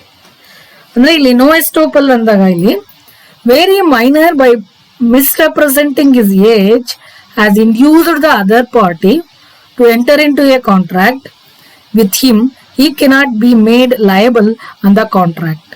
There can be no estoppels against a minor. ಅಂದ್ರೆ ಇಲ್ಲಿ ಏನಾಗತ್ತಪ್ಪ ಅಂದ್ರೆ, ಎಸ್ಟೋಪಲ್ ಅಂದಾಗ ಏನಾಗುತ್ತೆ, ಅಡ್ಡಿಪಡಿಸೋದಕ್ಕೆ ಸಾಧ್ಯ ಆಗೋದಿಲ್ಲ ಅಂತೇಳಿ, ಮೈನರ್ ಅನ್ನ ಅಡ್ಡಿಪಡಿಸೋದಕ್ಕೆ ನಾವು ಸಾಧ್ಯ ಆಗೋದಿಲ್ಲ ಅಂತೇಳಿ. ಅಂದ್ರೆ ಇಲ್ಲೇನು ಮೈನರ್ ಏನ್ ಮಾಡ್ತಾನೆ, ಮಿಸ್ರೆಪ್ರೆಸೆಂಟಿಂಗ್ ಈಸ್ ಏಜ್, ಆಕ್ಚುಲ್ ಆಗಿ ಅವ್ನಿಗಿನ್ನ 17 ವರ್ಷ ಏಜು. ಅವನೇನು ಹೇಳ್ತಾರೆ, ನನಗಾಗಲೇ 20 ವರ್ಷ ಅಂತ ಹೇಳ್ಬಿಟ್ಟು ಏನೋ ಒಂದು ಅಗ್ರಿಮೆಂಟ್ ಅನ್ನ ಮಾಡ್ಕೊಂಡ್ಬಿಡ್ತಾನೆ ನೋಡಿ. ಆಕ್ಚುಲ್ ಆಗಿ ಆತರ ಅಗ್ರಿಮೆಂಟ್ ಮಾಡ್ಕೊಂಡ್ರು ಮೇಜರ್ ಆದವನು ತಿಳ್ಕೊಬೇಕು ಅದನ್ನ. ನಿನ್ಗೆ ಹೌದಾ, ಯಾಕಂದ್ರೆ ಕೆಲವು ಸತಿ ಗೊತ್ತಾಗುತ್ತೆ ನೋಡಿ, ಕೆಲವು ಸತಿ ನೋಡಿದ್ರೆ ಗೊತ್ತಾಗತ್ತೆ ಇವ್ನಿಗೆ ಇನ್ನ 20 ವರ್ಷ ಆಗಿಲ್ಲ, ಡೌಟ್ ಆಗುತ್ತೆ. ಅಥವಾ ಕೆಲವ್ರಿಗೆ ನೋಡಿ, ಕೆಲವ್ರೇನಪ್ಪ ಅಂದ್ರೆ ಚೆನ್ನಾಗಿ ಬಿಕಾಸ್ ಆಫ್ ಫಿಸಿಕಲ್ ಪವರ್ ಅಲ್ವಾ, ಫಿಸಿಕಲಿ ಚೆನ್ನಾಗಿ ಬೆಳೆದ್ಬಿಟ್ಟಿರ್ತಾರೆ, ಬಟ್ ಇನ್ನ ಏಜ್ ಆಗಿರೋದಿಲ್ಲ. ನೋಡ್ಬಿಟ್ಟು ಏನೋ ಒಬ್ಬ ಮೇಜರ್ ಒಪ್ಕೊಂಡ್ಬಿಡ್ತಾನೆ ಕಾಂಟ್ರಾಕ್ಟ್. ಆದ್ರೂ ಸಹ ಆಗ್ಲೂನು ಮೈನರ್ ಅನ್ನ ನಾವು ರೆಸ್ಪಾನ್ಸಿಬಲ್ ಮಾಡೋದಕ್ಕೆ ಬರೋದಿಲ್ಲ. ಯಾಕೆ ಅಂದ್ರೆ ಆತರ ಇದ್ದಂತ ಸಂದರ್ಭದಲ್ಲಿ ನೀವೇನ್ ಮಾಡ್ಬೇಕು, ಅಟ್ಲೀಸ್ಟ್ ಏಜ್ ಪ್ರೂಫ್ಗೆ ಅಲ್ವಾ, ಇನ್ನ ಡೇಟ್ ಆಫ್ ಬರ್ತ್ ಇರ್ಬೋದು, ಅಥವಾ ಒಂದು SLC ಮಾರ್ಕ್ಸ್ ಕಾರ್ಡ್ ಇರ್ಬೋದು, ಇನ್ನೇನೋ ಒಂದು ಏಜ್ ಪ್ರೂಫ್ಗೆ ಅಲ್ವಾ. ಈಗ ಬಿಡಿ ಒಂದು ಆಧಾರ್ ಕಾರ್ಡ್ ಇಸ್ಕೊಂಡ್ರೆ ಸಾಕು, ಅದ್ರಲ್ಲಿ age date of birth mention ಮಾಡಿರ್ತಾರೆ. ಆ ರೀತಿಯಾಗಿ ಏನೋ ಒಂದು ಪ್ರೂಫ್ ತಗೊಂಡ್ಬಿಟ್ಟು ನಾವು ಅಗ್ರಿಮೆಂಟ್ ಮಾಡ್ಕೋಬೇಕು. ಅವನು ಏನ್ ಕೇಸು ಏಜ್ ಅನ್ನ ಬಚ್ಚಿಟ್ಬಿಟ್ಟು, ಅಂದ್ರೆ ಇನ್ನ 17 ವರ್ಷ ಆಗಿದ್ದಾಗ ನಾನು ಸುಮ್ನೆ ಸುಳ್ಳು ಹೇಳ್ಬಿಟ್ಟು 20 ವರ್ಷ ಅಂತ ಹೇಳ್ಬಿಟ್ಟು ಅಗ್ರಿಮೆಂಟ್ ಮಾಡ್ಕೊಂಡ್ರೆ ಆಗ್ಲೂ ಮೈನರ್ ರೆಸ್ಪಾನ್ಸಿಬಲ್ ಆಗೋದಕ್ಕೆ ಸಾಧ್ಯ ಆಗೋದಿಲ್ಲ. ಅದನ್ನ ಇಲ್ಲಿ ನೋಡಿ, ನೋ ಎಸ್ಟೋಪಲ್ಸ್, ಅದನ್ನ ನಾವು ಅಡ್ಡಿಪಡಿಸೋದಕ್ಕೆ ಆಗೋದಿಲ್ಲ. ಅವನ್ನ ನೋಡ್ಬಿಡ್ತಾನೆ, ಸುಳ್ಳು ಹೇಳ್ಬಿಟ್ಟು ಏಜ್ ಅನ್ನ 17 ವರ್ಷ ಇದ್ದಾಗಲೇ 19 ಅಂತ ಹೇಳ್ಬಿಟ್ಟು ಅಗ್ರಿಮೆಂಟ್ ಮಾಡ್ಕೊಂಡ್ಬಿಡ್ತಾನೆ. ಅದಕ್ಕೆ ತಪ್ಸೋದಕ್ ಸಾಧ್ಯ ಆಗೋದಿಲ್ಲ. ಅದಕ್ಕೆ ನೋಡಿ ನೋ ಎಸ್ಟೋಪಲ್ ಅಂತ ಹೇಳ್ತೀವಿ. ಅದಕ್ಕೆ ಅಡ್ಡಿಪಡಿಸೋದಕ್ ಬರೋದಿಲ್ಲ. ಯಾಕೆಂದ್ರೆ ಇಂಡ್ಯೂಸ್ ಮಾಡ್ತಾನೆ ಬೇರೆಯವ್ರನ್ನ. He can induce the other party to enter into a contract but he cannot be made liable ಅಂತ ಕಾಂಟ್ರಾಕ್ಟ್. ಆದ್ರೆ ಅದಕ್ಕೆ ಇವರು ಲಯಬಲ್ ಆಗೋದಕ್ಕೆ ಸಾಧ್ಯ ಆಗೋದಿಲ್ಲ. ಯಾಕೆಂದ್ರೆ ಇಲ್ಲೇನಾಗುತ್ತೆ, there can be no estoppels against a minor ಅಂತೇಳಿ. ಮೈನರ್ ಅಗೇನೆಸ್ಟ್ ಆಗಿ ನೋ ಎಸ್ಟೋಪಲ್ಸ್ ಮಾಡಕ್ ಬರೋದಿಲ್ಲ. ಅಂದ್ರೆ ಅವ್ರು ಹೇಳಿದಾರೆ, ಇಲ್ಲಿ ಹೇಗಪ್ಪ ಅಂದ್ರೆ ಅವ್ರು ಹೇಳಿದಾರಪ್ಪ ಮೈನರ್, ಅದನ್ನ ತಿಳ್ಕೋಬೇಕಾದ್ದು ಮೇಜರ್ ರೆಸ್ಪಾನ್ಸಿಬಿಲಿಟಿ ಅಲ್ವಾ. ಈಗ ಕೆಲವು ಟೈಮ್ ಗೊತ್ತಿರುತ್ತೆ, ಇವನು 19 ಸುಮ್ನೆ ಸುಳ್ಳು ಹೇಳ್ತಿದ್ದಾನೆ 19 ವರ್ಷ ಅಂತೇಳಿ. ಒಬ್ಬರು ಯಾಕೋ ಗೊತ್ತಾಗಲ್ವಲ್ಲ ಮೈನರು, ಅವನ ಜೊತೆ ಅಗ್ರಿಮೆಂಟ್ ಮಾಡ್ಕೊಂಬಿಡೋಣ ಬಿಡು ಅಂತೇಳಿ ಮಾಡ್ಕೊಳಕ್ ಬರೋದಿಲ್ಲ. ಅವ್ನು ಸುಳ್ಳು ಹೇಳಿದ್ರು ಸಹ ಅದನ್ನ ಅಡ್ಡಿಪಡಿಸೋದಕ್ಕೆ ಬರೋದಿಲ್ಲ. ಅದೇ ಅವ್ದು ಮೇಜರ್ ಆದೊಂದು ರೆಸ್ಪಾನ್ಸಿಬಲ್ ಆಗಿರುತ್ತೆ. ಮೇಜರ್ ಆದವನು ಅದನ್ನ ಎನ್ಕ್ವೈರಿ ಮಾಡ್ಕೋಬೇಕು ಕರೆಕ್ಟ್ ಆಗಿ. ಇದೇ ಮೈನರ್ ಇಲ್ಲ ಮೇಜರ್ ಅಂತ ಹೇಳ್ತಾ ಇದ್ದಾನೆ ಅಂದ್ರೆ ನಂಗೆ ಎಬೋ 18 ಇಯರ್ಸ್ ಆಗಿದ್ಯಾ ಅಂತೇಳಿ ಕನ್ಫರ್ಮ್ ಮಾಡ್ಕೋಬೇಕಾದ ಒಂದು ಜವಾಬ್ದಾರಿ ಅದು major. No doubt minor has got protection but he has no that is liberty to cheat others. But ಏನಪ್ಪಾ ಅಂದ್ರೆ ಇಲ್ಲಿ ಇನ್ನೊಬ್ರಿಗೆ ಮೋಸ ಮಾಡೋದಕ್ಕೆ ಅವಕಾಶ ಇರೋದಿಲ್ಲ. ಅಂದ್ರೆ ಇಲ್ಲಿ ಏನಂದ್ರೆ, ಈಗ ಈ ರೀತಿಯಾಗಿ ಏನು ಮೋಸ ಮಾಡಿದಾನೆ ಅಂತಂದ್ರು ಕೋರ್ಟ್ ಡೈರೆಕ್ಟ್ ಮಾಡತ್ತೆ. ಯಾಕೆಂದ್ರೆ ಪ್ರೊಟೆಕ್ಷನ್ ಸಿಗುತ್ತೆ ಮೈನರ್ಗೆ. ಬಟ್ ಆದ್ರೆ ಹೇಳ್ತಾರೆ, ನೋಡು ನೀನು ಆದ್ರೆ ಅಂದ್ರೆ ಇನ್ ಕೇಸ್ ಏನಪ್ಪಾ ಅಂದ್ರೆ ಈ ರೀತಿಯಾಗಿ ಮಾಡಿದಂತ ಒಂದು ಅಗ್ರಿಮೆಂಟ್ಸ್ ಅಲ್ಲಿ ಮೈನರ್ಗೆ ಬೆನಿಫಿಟ್ ಆಗೋಂಗಿದ್ರೆ, ಮೈನರ್ ಏನಾದ್ರು ಮೈನರ್ ಯಾರಿಗೋ ಸಾಲ ಕೊಟ್ಟಿದ್ದಾನೆ ಇಸ್ಕೋಬಹುದು ಅಲ್ವಾ. ಈ ಮೈನರ್ ಸಾಲ ಕೊಟ್ಟಿದ್ದಾನೆ ಇಸ್ಕೋಬಹುದು. ಆದ್ರೆ ಇಸ್ಕೊಂಡವನು ಎಲ್ಲಾನು ಓಡೋಗ್ಬಿಟ್ರೆ ಆಗ ಮೈನರ್ ಕ್ಲೈಮ್ ಮಾಡ್ಕೋಬಹುದು ಅದನ್ನ. ಅಗೇನ್ ನೋಡಿ, ಆಲ್ರೆಡಿ ಹೇಳ್ದೆ ನಿಮ್ಗೆ ಅದನ್ನ. ಆದ್ರೆ ಮೈನರ್ ಇನ್ನೊಬ್ರ ಹತ್ರ ಸಾಲ ಇಸ್ಕೊಂಡು ಮೋಸ ಮಾಡಿದಾಗ ಕೋರ್ಟ್ ಅಟ್ಲೀಸ್ಟ್ ಡೈರೆಕ್ಟ್ ಮಾಡುತ್ತೆ, ಆಯ್ತು ನೀನ್ ಅವಾಗ ಮೈನರ್ ಆಗಿದ್ದೆ ಗೊತ್ತಾಗ್ತಾ ಇರ್ಲಿಲ್ಲ, ಅದೇ ಸಾಲ ಇಸ್ಕೊಳಕ್ ಗೊತ್ತಾಗಿತ್ತಲ್ವಾ, ಅಟ್ಲೀಸ್ಟ್ ಕೊಡಿ ಅಂತೇಳಿ ಡೈರೆಕ್ಟ್ ಮಾಡುತ್ತೆ. ಕೊಡಿ ಅಂತ ಹೇಳ್ಬೋದು, ಬಟ್ ನಾಟ್ ಟು ಬಿ ಎನ್ಫೋರ್ಸಬಲ್. ಪೂರ್ತಿಯಾಗಿ ಎನ್ಫೋರ್ಸ್ ಮಾಡೋದಕ್ಕೆ ಬರೋದಿಲ್ಲ. ಅಂದ್ರೆ ಮೋಸ ಮಾಡೋದಕ್ಕೆ ಸಾಧ್ಯ ಇಲ್ಲ ಅಂತೇಳಿ ಅಲ್ವಾ. ನನಗೆ ಇಲ್ಲಿ ಮೈನರ್ ಪ್ರೊಟೆಕ್ಷನ್ ಸಿಗುತ್ತೆ, ಬಟ್ ಇನ್ನೊಬ್ಬರಿಗೆ ಮೋಸ ಮಾಡೋದಕ್ಕೆ ಆಗೋದಿಲ್ಲ. ಹೇಳ್ತಾರೆ, ಡೈರೆಕ್ಟ್ ಮಾಡ್ತಾರೆ, ಅಟ್ಲೀಸ್ಟ್ ಈಗ ಮೇಜರ್ ಆಗಿದೆಯಾ ಕೊಡಿ, ನಿಮ್ಗೆ ಅನುಕೂಲ ಆದಾಗ ಕೊಡಿ ಅಂತೇಳಿ ಡೈರೆಕ್ಟ್ ಮಾಡುತ್ತೆ. ಆದ್ರೆ the no specific performance except in certain cases. ಮತ್ತೆ ಇನ್ನೊಂದು ರೂಲ್ ಏನ್ ಹೇಳತ್ತಪ್ಪ ಅಂದ್ರೆ, specific performance means the actual carrying out of the contract as agreed ಅಂತೇಳಿ. ಅಂದ್ರೆ ಏನು ಯಾವ ರೀತಿ ಅಗ್ರಿಮೆಂಟ್ ಮಾಡ್ಕೊಂಡಿದಿರೋ ಅದೇ ತರ ಮಾಡೋದು ಅಂತೇಳಿ. ಅದನ್ನು ಹೇಳೋದಕ್ಕೆ ಬರೋದಿಲ್ಲ ಅಂತೇಳಿ. ಅಂದ್ರೆ ಇಲ್ಲೇನಾಗುತ್ತೆ, ಸಪೋಸ್ ನಾನೇನೋ ಯಾವುದೋ ಒಂದು ಅಗ್ರಿಮೆಂಟ್ ಅನ್ನ ಇನ್ ಕೇಸ್ ಮಾಡ್ಕೊಂಡೆ ಅಂದ್ರೆ ಏನಾಗುತ್ತೆ, ನನ್ನ ಪರ್ಟಿಕ್ಯುಲರ್ ಪ್ರಾಪರ್ಟಿನ ಏನೋ ಒಂದು ಪ್ಲೆಡ್ಜ್ ಮಾಡ್ಬಿಟ್ಟೆ ನಾನು. ಮೈನರ್ ಇನ್ ಕೇಸ್ ಮೈನರ್ ಆದಂತ ಸಂದರ್ಭದಲ್ಲಿ ಪರ್ಟಿಕ್ಯುಲರ್ ಪ್ರಾಪರ್ಟಿನ ಪ್ಲೆಡ್ಜ್ ಮಾಡ್ಬಿಟ್ಟು ಒಂದು 10,000 ರೂಪಾಯಿ ತಗೊಂಬಂದ್ಬಿಟ್ಟ, ಸಾಲ ತಗೊಂಬಂದ್ಬಿಟ್ಟ. ಸರಿ, 10,000 ರೂಪಾಯಿ ಸಾಲ ತಗೊಂಬಂದಿದ್ದೇನೆ. ಈಗ ಆಫ್ಟರ್ ದಟ್ ಸರ್ಟನ್ ಪೀರಿಯಡ್ ಆದ್ಮೇಲೆ ಇವನು ಅದನ್ನ ವಾಪಸ್ಸು ಕೊಡೋದಿಲ್ಲ, ದುಡ್ಡು ವಾಪಸ್ಸು ಕೊಡೋದಿಲ್ಲ. ಆದ್ರೆ ಪ್ರಾಪರ್ಟಿನ ವಾಪಸ್ ಕೊಡು ಅಂತ ಕೇಳ್ತಾನೆ. ನೋಡಿ ಕೇಳ್ಬೋದು, ಆದ್ರೆ ಪ್ರಾಪರ್ಟಿ ವಾಪಸ್ ಕೊಡು ಅಂತ ಕೇಳ್ಬೋದು. ಆದ್ರೆ ಇಲ್ಲೇನಾಗುತ್ತೆ ಅಂದ್ರೆ ಯಾವುದೇ ಒಂದು ಸ್ಪೆಸಿಫಿಕ್ ಪರ್ಫಾರ್ಮೆನ್ಸ್ ಅನ್ನ ನೀನ್ ಮಾಡು ಅಂತ ಹೇಳಕ್ ಬರೋದಿಲ್ಲ. ಅಂದ್ರೆ ಇಲ್ಲಿ ಆಕ್ಚುಯಲ್ ಆಗಿ ಸಾಲ ತಗೊಂಬಂದಿದ್ಯಾ, ನಾನು ಕೊಟ್ಟಿದ್ದ ಸಾಲ ವಾಪಸ್ ಕೊಡು ಅಂತಾನು ಕೇಳಕ್ ಬರೋದಿಲ್ಲ. ಯಾಕೆಂದ್ರೆ ಅಗ್ರಿಮೆಂಟ್ ಏನ್ ಮಾಡ್ಕೊಂಡಿದ್ಯಾ ಅದು ತಪ್ಪದು. ನೀನ್ ಸಾಲ ಕೊಟ್ಟಿದ್ಯಾ, 10,000 ರೂಪಾಯಿ ಕೊಟ್ಟಿದ್ಯಾ, ನಾನು ಇಸ್ಕೊಂಡೆ 10,000 ರೂಪಾಯಿನೂ ಸಾಲನೂ ತಗೊಂಡೆ. ಆಮೇಲೆ ಹೋಗ್ಬಿಟ್ಟು ನಾನೇನ್ ಮಾಡಿದೆ, ನನ್ ಪ್ರಾಪರ್ಟಿ ವಾಪಸ್ ಬರ್ಬೇಕು ನನ್ಗೆ ಅಂತೇಳಿ. ಯಾಕೆಂದ್ರೆ ಪ್ಲೆಜ್ ಮಾಡಿದ್ನಲ್ಲ, ಯಾವುದೋ ಒಂದು 2 ವೀಲರ್, ಸಪೋಸ್ ಒಂದು 2 ವೀಲರ್ ಇದೆ, ನಾನು 2 ವೀಲರ್ನ ಯಾರಿಗೋ ತಗೊಂಡೋಗಿ ಕೊಟ್ಬಿಟ್ಟು ಅದು 50,000 ರೂಪಾಯಿ, 10,000 ರೂಪಾಯಿ 10,000 ರೂಪಾಯಿ ಇಸ್ಕೊಂಬಂದೆ. ನಾನು ಸ್ವಲ್ಪ ದಿನ ಆದ್ಮೇಲೆ ಹೋಗ್ಬಿಟ್ಟು ನನ್ 2 ವೀಲರ್ ವಾಪಸ್ ಕೊಡು ಅಂತ ಕೇಳ್ತೀನಿ. ಅವನ್ ಹೇಳ್ತಾನೆ ನಾನು ಕೊಟ್ಟಿದ್ದು ದುಡ್ಡು ವಾಪಸ್ ಕೊಡು ಅಂತ ಕೇಳ್ತೀನಿ. ನನಗೆ ಕೊಡಲ್ಲ, ಅದೇ 2 ವೀಲರ್ ವಾಪಸ್ ಕೊಡು ಕೇಳ್ಬೋದು ಆತರ. ಅಂದ್ರೆ ಇಲ್ಲಿ ನೋ ಸ್ಪೆಸಿಫಿಕ್ ಪರ್ಫಾರ್ಮೆನ್ಸ್, ಪರ್ಫಾರ್ಮೆನ್ಸ್ ಮಾಡು ಅಂತಾನು ಕೇಳೋದಕ್ ಬರೋದಿಲ್ಲ. ಅಂದ್ರೇನು, ನಾನು 2 ವೀಲರ್ ಅನ್ನ ನಿಮ್ಗೆ ಪ್ಲೆಡ್ಜ್ ಮಾಡ್ಬಿಟ್ಟು ನಾನು 10,000 ರೂಪಾಯಿ ಇಸ್ಕೊಂಬಂದಿದ್ದೀನಿ, ನಾನು 10,000 ರೂಪಾಯಿ ನೀನು ಕೊಟ್ರೆ ಮಾತ್ರ ಅವ್ನು 2 ವೀಲರ್ ವಾಪಸ್ ಕೊಡೋದು ಅನ್ನೋ ತರ ಏನಿಲ್ಲ. ನೀನ್ 10,000 ರೂಪಾಯಿ ವಾಪಸ್ ಕೊಡು, ನಾನು 2 ವೀಲರ್ ಕೊಡ್ತೀನಿ ಅಂತ ಹೇಳೋದಕ್ ಬರೋದಿಲ್ಲ. ಅವನು ನಾನು 2 ವೀಲರ್ ಇಸ್ಕೊಳಕ್ಕೆ ರೈಟ್ಸ್ ಇರುತ್ತೆ ನಂಗೆ, ಅದೇ 10,000 ರೂಪಾಯಿ ಕೊಡ್ಬೇಕು ಅನ್ನೋದೇನಿರೋದಿಲ್ಲ. ಹಾಗಾಗಿ ನೋಡಿ, ಏನ್ ಅಗ್ರಿಮೆಂಟ್ ಏನಿರುತ್ತೆ ಅದೇ ಪ್ರಕಾರ ಮಾಡು ಅಂತಾನೂ ಹೇಳಕ್ ಬರೋದಿಲ್ಲ ಅಂತೇಳಿ. ಅಂದ್ರೆ because A minor contract being absolutely void, A guardian of A minor cannot bind the minor by agreement for the purchase of immovable property ಅಂತೇಳಿ. ಹಾಗಾಗಿ ಗಾರ್ಡಿಯನ್ನು ಅಷ್ಟೇ, ಈ ಗಾರ್ಡಿಯನ್ ಆಫ್ ಮೈನರ್ ಏನ್ ಹೇಳ್ತಾರೆ ಅವ್ರೂ ಸಹ ಹೇಳೋದಕ್ ಬರೋದಿಲ್ಲ. ಕೆನಾಟ್ ಬೈಂಡ್ ದ ಮೈನರ್, ನೋಡು ಈ ತರ ಮಾಡು ನೀನು ಅಂತೇಳಿ ಹೇಳಕ್ ಬರೋದಿಲ್ಲ. ಕೆನ್ ಬೈನ್ ಅಗ್ರಿಮೆಂಟ್ ಪ್ರಕಾರ ನಡಕು ಅಂತೇಳಿ ಹೇಳೋದಕ್ ಬರೋದಿಲ್ಲ. ಯಾಕೆಂದ್ರೆ ಇಲ್ಲೇನಾಗುತ್ತೆ, minor cannot ask for specific performance of the contract which the guardian had no power to enter into. Guardian powers ಇರೋದಿಲ್ಲ ಅದು. ಯಾಕೆಂದ್ರೆ ಇಲ್ಲಿ ಲಾ ಏನ್ ಹೇಳತ್ತೆ ಅಂದ್ರೆ, ನಮ್ಮ ಇಂಡಿಯನ್ ಲಾ ನಲ್ಲಿ ವೆರಿ ಬಿಗಿನಿಂಗ್ ಇಟ್ ಸೆಲ್ಫ್, ನೀವೇನೋ ಒಂದು ಕಾಂಟ್ರಾಕ್ಟ್ ಅನ್ನ ಏನ್ ಮಾಡ್ಕೊಂಡಿದೀರಿ, ನೀವು ಮಾಡ್ಕೊಂಡಿರೋ ಕಾಂಟ್ರಾಕ್ಟೇ ತಪ್ಪು ಅಂತ ಹೇಳುತ್ತೆ. ಹಾಗಾಗಿ ಮಾಡ್ಕೊಂಡಿರೋ ಕಾಂಟ್ರಾಕ್ಟೇನೆ ತಪ್ಪು ಅಂತಂದ್ಮೇಲೆ ನಾನ್ ನಿಮ್ಗೆ ಏನೋ ಒಪ್ಪಂದವನ್ನ ಮಾಡ್ಕೊಂಡಿದೀನಿ ಅದ್ರ ಪ್ರಕಾರ ನೀನ್ ನಡ್ಕೊ ಅಂತಾನು ಹೇಳೋದಕ್ಕೆ ಬರೋದಿಲ್ಲ. ಅದನ್ನ ನೋ ಸ್ಪೆಸಿಫಿಕ್ ಪರ್ಫಾರ್ಮೆನ್ಸ್ ಅಂತ ಹೇಳ್ತೀವಿ. ದೆನ್ ಲಯಬಿಲಿಟಿ ಆಫ್ ಟಾರ್ಟ್ಸ್ ಅಂತ ಹೇಳಿ. ಟಾರ್ಟ್ಸ್ ಅಂದ್ರೆ ಇಲ್ಲಿ ಟಾರ್ಟ್ ಈ ಸಿವಿಲ್ ರಾಂಗ್ ಅಂತೇಳಿ, ಇಲ್ಲಿ ಏನೋ ಒಂದು ತಪ್ಪನ್ನ ಮಾಡ್ತಕ್ಕಂಥದ್ದು ಸಿವಿಲ್ ರಾಂಗ್ ಅಂತ ಹೇಳ್ತೀವಿ ನಾವಿಲ್ಲಿ. ಏನೋ ಒಬ್ಬ ಸಾಮಾಜಿಕವಾಗಿ ಇರತಂತ ಸಂದರ್ಭದಲ್ಲಿ ಅವನು ಮಾಡ್ತಕ್ಕಂಥ ಒಂದು ಕೆಲವು ಸಿವಿಲ್ ರಾಂಗ್, ಕ್ರೈಮ್ ಅಂತ ಹೇಳ್ತೀವಿ ಅದನ್ನು. ಮೇ ಬಿ ಕ್ರೈಮ್ ಅಂತ ಹೇಳಕ್ ಬರಲ್ಲ, ಯಾಕಂದ್ರೆ ಸಿವಿಲ್ ರಾಂಗ್ ಬೇರೆ ಆಗುತ್ತೆ ಅದು. ಅಂದ್ರೆ ಇಲ್ಲಿ ಡಿಫರೆಂಟ್ ಟೈಪ್ಸ್ ಆಫ್ ಮಿಸ್ಟೇಕ್ಸ್ ಬರುತ್ತೆ, ರಾಂಗ್ ಬರುತ್ತೆ. ನೋಡಿ ಕೆಲವೆಲ್ಲ ಏನಾಗುತ್ತೆ, ಕ್ರಿಮಿನಲ್ ಆಗುತ್ತೆ. ಕ್ರಿಮಿನಲ್ ಆಗಿ ನಾವು ಪೂರ್ತಿಯಾಗಿ ತಪ್ಪು ಮಾಡಿರ್ತೀವಿ. ಬಟ್ ಇಲ್ಲಿ ಸಿವಿಲ್ ರಾಂಗ್ ಅಂತ ಹೇಳ್ತೀವಿ ನಾವು ಇದನ್ನ. ಅಂದ್ರೆ A minor is liable in tort unless in reality is A breach of contract ಅಂತ ಹೇಳ್ತೀವಿ. ಅಂದ್ರೆ ಮೈನರ್ ಕೆಲವು ಸತಿ ಲಯಬಲ್ ಆಗ್ತಾರೆ. ಟಾರ್ಟ್ ಅಂತ ಮಾಡೋದು ಅಂದ್ರೇನು, ಪ್ರಾಪರ್ಟಿನ ಡಿಸ್ಟ್ರಾಕ್ಟ್ ಮಾಡೋದು, ತೊಂದರೆ ಮಾಡೋದು. ಆ ಸಂದರ್ಭದಲ್ಲಿ ಇವ್ರು ಲಯಬಲ್ ಆಗ್ತಾರೆ. ಟಾರ್ಟ್ ಅಂದಾಗ ಇಲ್ಲಿ ನಿಮ್ಗೆ ಇದೇ ತರ ಬರುತ್ತೆ ನೋಡಿ, ಏನು ತೊಂದರೆಯನ್ನ ಮಾಡ್ತಕ್ಕಂಥದ್ದು, ಒಂದು ಪ್ರಾಪರ್ಟಿಯನ್ನ ಹಾಳು ಮಾಡೋದಾಗ್ಲಿ ಅಥವಾ ಇನ್ಯಾವುದೇ ರೀತಿಯ ಸಮಸ್ಯೆಯನ್ನ ಮಾಡೋದು, ಹಿಂಸೆಯನ್ನ ಕೊಡೋದು. ರಾಂಗ್ ಅಂತ ಏನಾಗುತ್ತೆ, ಟಾರ್ಟ್ ಅಂದ್ರೆ ಇನ್ನೊಬ್ರು ಹಿಂಸಿಸೋದು, ಅದಕ್ಕೆ ಅವ್ರು ಲಯಬಲ್ ಆಗ್ತಾರೆ. ಆದ್ರೆ ಕೆಲವು ಸಂದರ್ಭಗಳಲ್ಲಿ the minor is liable in tort unless in reality is A breach of contract ಅಂತ ಹೇಳ್ತೀವಿ. ಇದು ನೆಕ್ಸ್ಟ್ ಬರುತ್ತೆ ನಿಮ್ಗೆ, ಬ್ರೀಚ್ ಆಫ್ ಕಾಂಟ್ರಾಕ್ಟ್ ಅಂದ್ರೆ ಏನು ಅಂತ ಹೇಳಿ.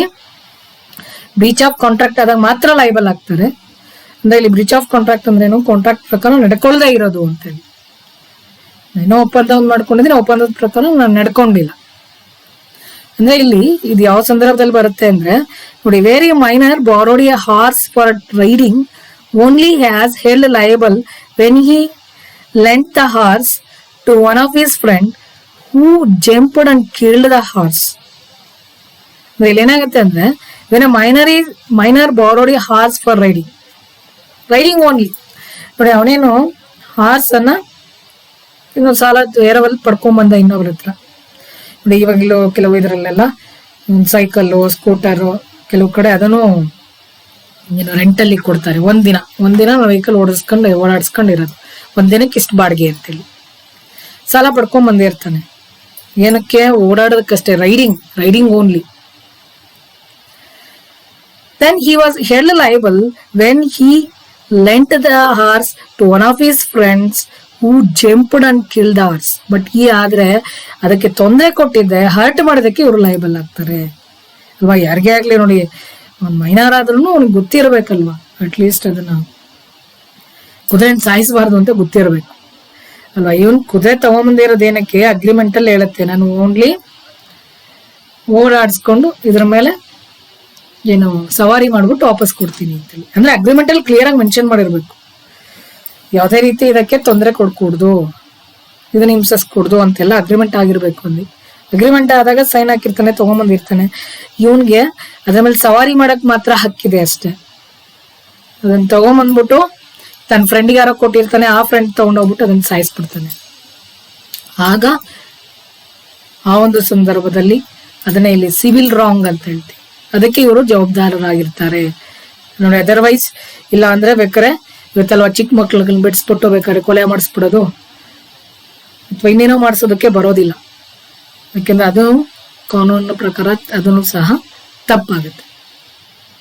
ಯಾಕೆಂದ್ರೆ ಅವರು ಏನು ಚಿಕ್ಕೋನೇ ಇರ್ಬೋದು, ಇನ್ನೊಬ್ಬರನ್ನ ಟಾಟ್ಸ್ ಅಂದಾಗ ಹಿಂಸೆಯನ್ನ ಮಾಡೋದು ಇನ್ನೊಬ್ಬರಿಗೆ. ಇವಾಗ ನಾನು ಚಿಕ್ಕೋನು ಅಂದ್ಕೊಂಡು ಹೇಳ್ಬಿಟ್ಟು ಇನ್ನೊಬ್ಬರಿಗೆ ಕತ್ತಿಯಿಂದ ತಿವಿಯೋದಾಗ್ಲಿ ಅಥವಾ ಇನ್ನೊಬ್ಬರಿಗೆ ಹೊಡೆಯೋದಾಗ್ಲಿ, ಇನ್ನೊಬ್ರನ್ನ ಹಿಂಸೆ ಮಾಡೋದಾಗ್ಲಿ ಅಥವಾ ಇನ್ನೊಬ್ಬರ ಪ್ರಾಪರ್ಟಿಯನ್ನ ಹಾಳು ಮಾಡೋದಾಗ್ಲಿ ಮಾಡಬಾರ್ದು.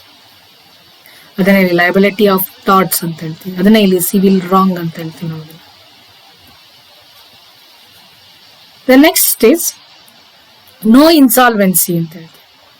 A minor cannot be declared insolvent as he is incapable of contracting debts and dues are payable from the personal properties of minor and he is not personally liable. ನೋಡಿ, ಪರ್ಸನಲಿ ಲಯಬಲ್ ಆಗೋದಕ್ಕೆ ಸಾಧ್ಯ ಇಲ್ಲ. Insolvent ಅಂತೇಳಿ ಒಬ್ಬ minor ಅನ್ನ insolvent ಅಂತೇಳಿ ಘೋಷಣೆ ಮಾಡೋದಕ್ಕೆ ಬರೋದಿಲ್ಲ. ಯಾಕೆ ಅಂದ್ರೆ ಈ ಮೈನರ್ ಏನಿರ್ತಾನೆ, ಈ ಮೈನರ್ ಈ ಕೆನಾಟ್ ಬಿ ಡಿಕ್ಲೇರ್ಡ್ ಇನ್ಸಾಲ್ವೆಂಟ್ ಅಂತ ಯಾಕೆ ಡಿಕ್ಲೇರ್ ಮಾಡೋದಕ್ಕೆ ಬರೋದಿಲ್ಲ ಅಂದ್ರೆ ಕಾಂಟ್ರಾಕ್ಟ್ ಮಾಡ್ಕೊಳ್ಳೋದಕ್ಕೆ ಅವ್ರಿಗೆ. ಅಂದ್ರೆ ಇಲ್ಲಿ at the beginning itself ನೋಡಿ, ಫಸ್ಟ್ ಪಾಯಿಂಟ್ ಎಲ್ಲ ಹೇಳಿದೆ, void ab initio means any contract made with minor is void ಅಂತೇಳಿ, ಇಸ್ ನಾಟ್ ಎ ವ್ಯಾಲಿಡ್ ಅಂತೇಳಿ. ನೀನು ಯಾವುದೇ ರೀತಿ ಮೈನರ್ ಜೊತೆ ಕಾಂಟ್ರಾಕ್ಟ್ ಮಾಡ್ಕೊಳ್ಳೋದಕ್ಕೆ ವ್ಯಾಲಿಡ್ ಇಲ್ಲ ಅಂದ್ಮೇಲೆ ನೀನ್ ಸಾಲಗಳನ್ನ ಮಾಡ್ಕೊಂಡ್ ಬಂದ್ಬಿಟ್ಟು ನೋಡಿ, ಬಹುಶಃ ನಿಮ್ಗೆ ಗೊತ್ತಿದೆ ಸಾಲ್ವೆಂಟ್ ಅಂದ್ರೆ ಏನು ಅಂತ ಗೊತ್ತಿದೆ. ನಾನೇನೆಲ್ಲ ಸಾಲ ಮಾಡ್ಕೊಂಡ್ ಬಂದಿದ್ದೀನಿ, ನಂದ ಅಸೆಟ್ ಏನಿದೆ, asset is more than my liability ಅಲ್ವಾ? ಲೈಬಿಲಿಟಿಗಿನ ಅಸೆಟ್ ಜಾಸ್ತಿ ಇದ್ದಾಗ ಸಾಲ್ವೆಂಟ್ ಆಗ್ತೀನಿ ನಾನು. ಇನ್ಸಾಲ್ವೆಂಟ್ ಅಂದಾಗ ಏನಾಗುತ್ತೆ, ಇರೋಬರ ಸಾಲ ಎಲ್ಲ ಮಾಡ್ಕೊಂಡ್ಬಿಟ್ಟಿದ್ದೀನಿ, ನನ್ನ ಹತ್ರ ಅದನ್ನ ತೀರ್ಸೋದಕ್ಕೆ ಆಗ್ತಾ ಇಲ್ಲ, ನನ್ನ ಹತ್ರ ಪ್ರಾಪರ್ಟಿ ಕಡಿಮೆ ಇದೆ ಅಲ್ವಾ? Liability is more than my asset. ಆದ್ರೆ ಇಲ್ಲಿ ರೂಲ್ ಅಲ್ಲಿ ಏನ್ ಹೇಳ್ತೀವಿ ಅಂದ್ರೆ, ಒಬ್ಬ ಮೈನರ್ ಅನ್ನ ಇನ್ಸಾಲ್ವೆಂಟ್ ಅಂತೇಳಿ ಘೋಷಣೆ ಮಾಡೋದಕ್ಕೆ ಬರೋದಿಲ್ಲ. ಯಾಕೆ ಅಂದ್ರೆ ಪರ್ಸನಲ್ ಪ್ರಾಪರ್ಟಿ ಅಂದ್ರೆ ಏನಾದ್ರೂ ಇನ್ ಕೇಸ್ ಪರ್ಸನಲ್ ನಲ್ಲಿ ಪ್ರಾಪರ್ಟಿ ತಗೋಬಹುದು ಅಷ್ಟೇ. ನೋಡಿ ಇಲ್ಲಿ ಏನ್ ಹೇಳ್ತೀವಿ, debts dues are payable from the personal properties of minor and is not personally liable. Personally liable ಆಗೋದಕ್ಕೆ ಸಾಧ್ಯ ಆಗೋದಿಲ್ಲ. ಯಾಕೆ ಅಂದ್ರೆ ನೋಡಿ, ಸಾಲ ಕೊಡ್ಬೇಕು ಅವ್ರಿಗೆ ಗೊತ್ತಿರ್ಬೇಕಲ್ವಾ? ಆತರ ನೀನ್ ಸಾಲ ಕೊಡ್ಬೇಕಾದ್ರೆ ಅವ್ನ್ ಮೈನರು, ಅವ್ನ್ ಚಿಕ್ಕ ಹುಡುಗ ಯಾಕೆ ನೀನು ಅಷ್ಟೊಂದು ಲಕ್ಷಗಟ್ಲೆ ಸಾಲ ಕೊಡಕ್ ಹೋದೆ ಅಂತ ಹೇಳಿ ನೀನು ಮಾಡ್ಕೊಳ್ತಕ್ಕಂಥ ಕಾಂಟ್ರಾಕ್ಟ್ಗೆ ಬೆಲೆ ಇಲ್ಲ ಅಂತಂದ್ಮೇಲೆ ಅವನು ಇನ್ಸಾಲ್ವೆಂಟ್ ಅಂತೇಳಿ ಘೋಷಣೆ ಮಾಡೋದಕ್ಕೆ ಬರೋದಿಲ್ಲ. Then partnership. A minor being incompetent to contract cannot be a partner in partnership firm. ಯಾಕೆಂದ್ರೆ ಪಾರ್ಟ್ನರ್ ಆಗೋದಕ್ಕೆ ಸಾಧ್ಯ ಇಲ್ಲ, ಯಾಕೆಂದ್ರೆ ಕಾಂಪಿಟೆಂಟೇ ಅಲ್ಲ ಮೈನರ್, ಕಾಂಟ್ರಾಕ್ಟ್ ಅನ್ನ ಮಾಡ್ಕೊಳ್ಳೋದಕ್ಕೆ ಬರೋದಿಲ್ಲ, ಹಾಗಾಗಿ ಪಾರ್ಟ್ನರ್ ಆಗೋದಕ್ಕೆ ಸಾಧ್ಯ ಆಗೋದಿಲ್ಲ. ಬಟ್ ಇನ್ ಕೇಸ್ ಪಾರ್ಟ್ನರ್ ಆದ್ರೆ, but under section 30 of the Indian partnership act it can be admitted to the benefit of partnership. ನೋಡಿ, ಅಡ್ಮಿಟ್ ಆಗ್ಬೋದು, ಆದ್ರೆ ಬೆನಿಫಿಟ್ ಆಫ್ ಪಾರ್ಟ್ನರ್ಶಿಪ್ಗೆ ಅಡ್ಮಿಟ್ ಆಗ್ಬೋದು. ಅಂದ್ರೆ ಇಲ್ಲಿ ಏನಾಗುತ್ತೆ ಅಂದ್ರೆ ಸಿಗ್ತಕ್ಕಂತ ಪಾರ್ಟ್ನರ್ಶಿಪ್ ಅಲ್ಲಿ ನಾನು ಇದೀನಿ ಅಂದ್ರೆ ನನ್ನ ಹತ್ರ ಸಪೋಸ್ ಇವಾಗ ದುಡ್ಡಿತ್ತು, ಒಂದ್ ಮೈನರ್ ದುಡ್ಡು ಕೊಟ್ಟ, ಆದ್ರೆ ಒಂದ್ 5 ಲಕ್ಷ ಕೊಟ್ಟಿದ್ದಾನೆ ಅಂದ್ರೆ ಅದು ಇಂಟ್ರೆಸ್ಟ್ ಮತ್ತೆ ಆಸ್ ಪರ್ ರೂಲ್ ಪ್ರಕಾರ ಏನಿದೆ, ಪಾರ್ಟ್ನರ್ಸ್ಗೆ ಬರಬೇಕಾದ ಪಾರ್ಟ್ನರ್ಗೆ ಲೈಬಲ್ ಆಗಿರುತ್ತೆ. ಅಂದ್ರೆ ಅಮೌಂಟ್ಗೆ, ಪಾರ್ಟ್ನರ್ಗೆ ಅಮೌಂಟ್ಗೆ ಅವರು ಲೈಬಲ್ ಇರ್ತಾನೆ, ಅವ್ನು ಕ್ಲೈಮ್ ಮಾಡ್ಕೋಬಹುದು.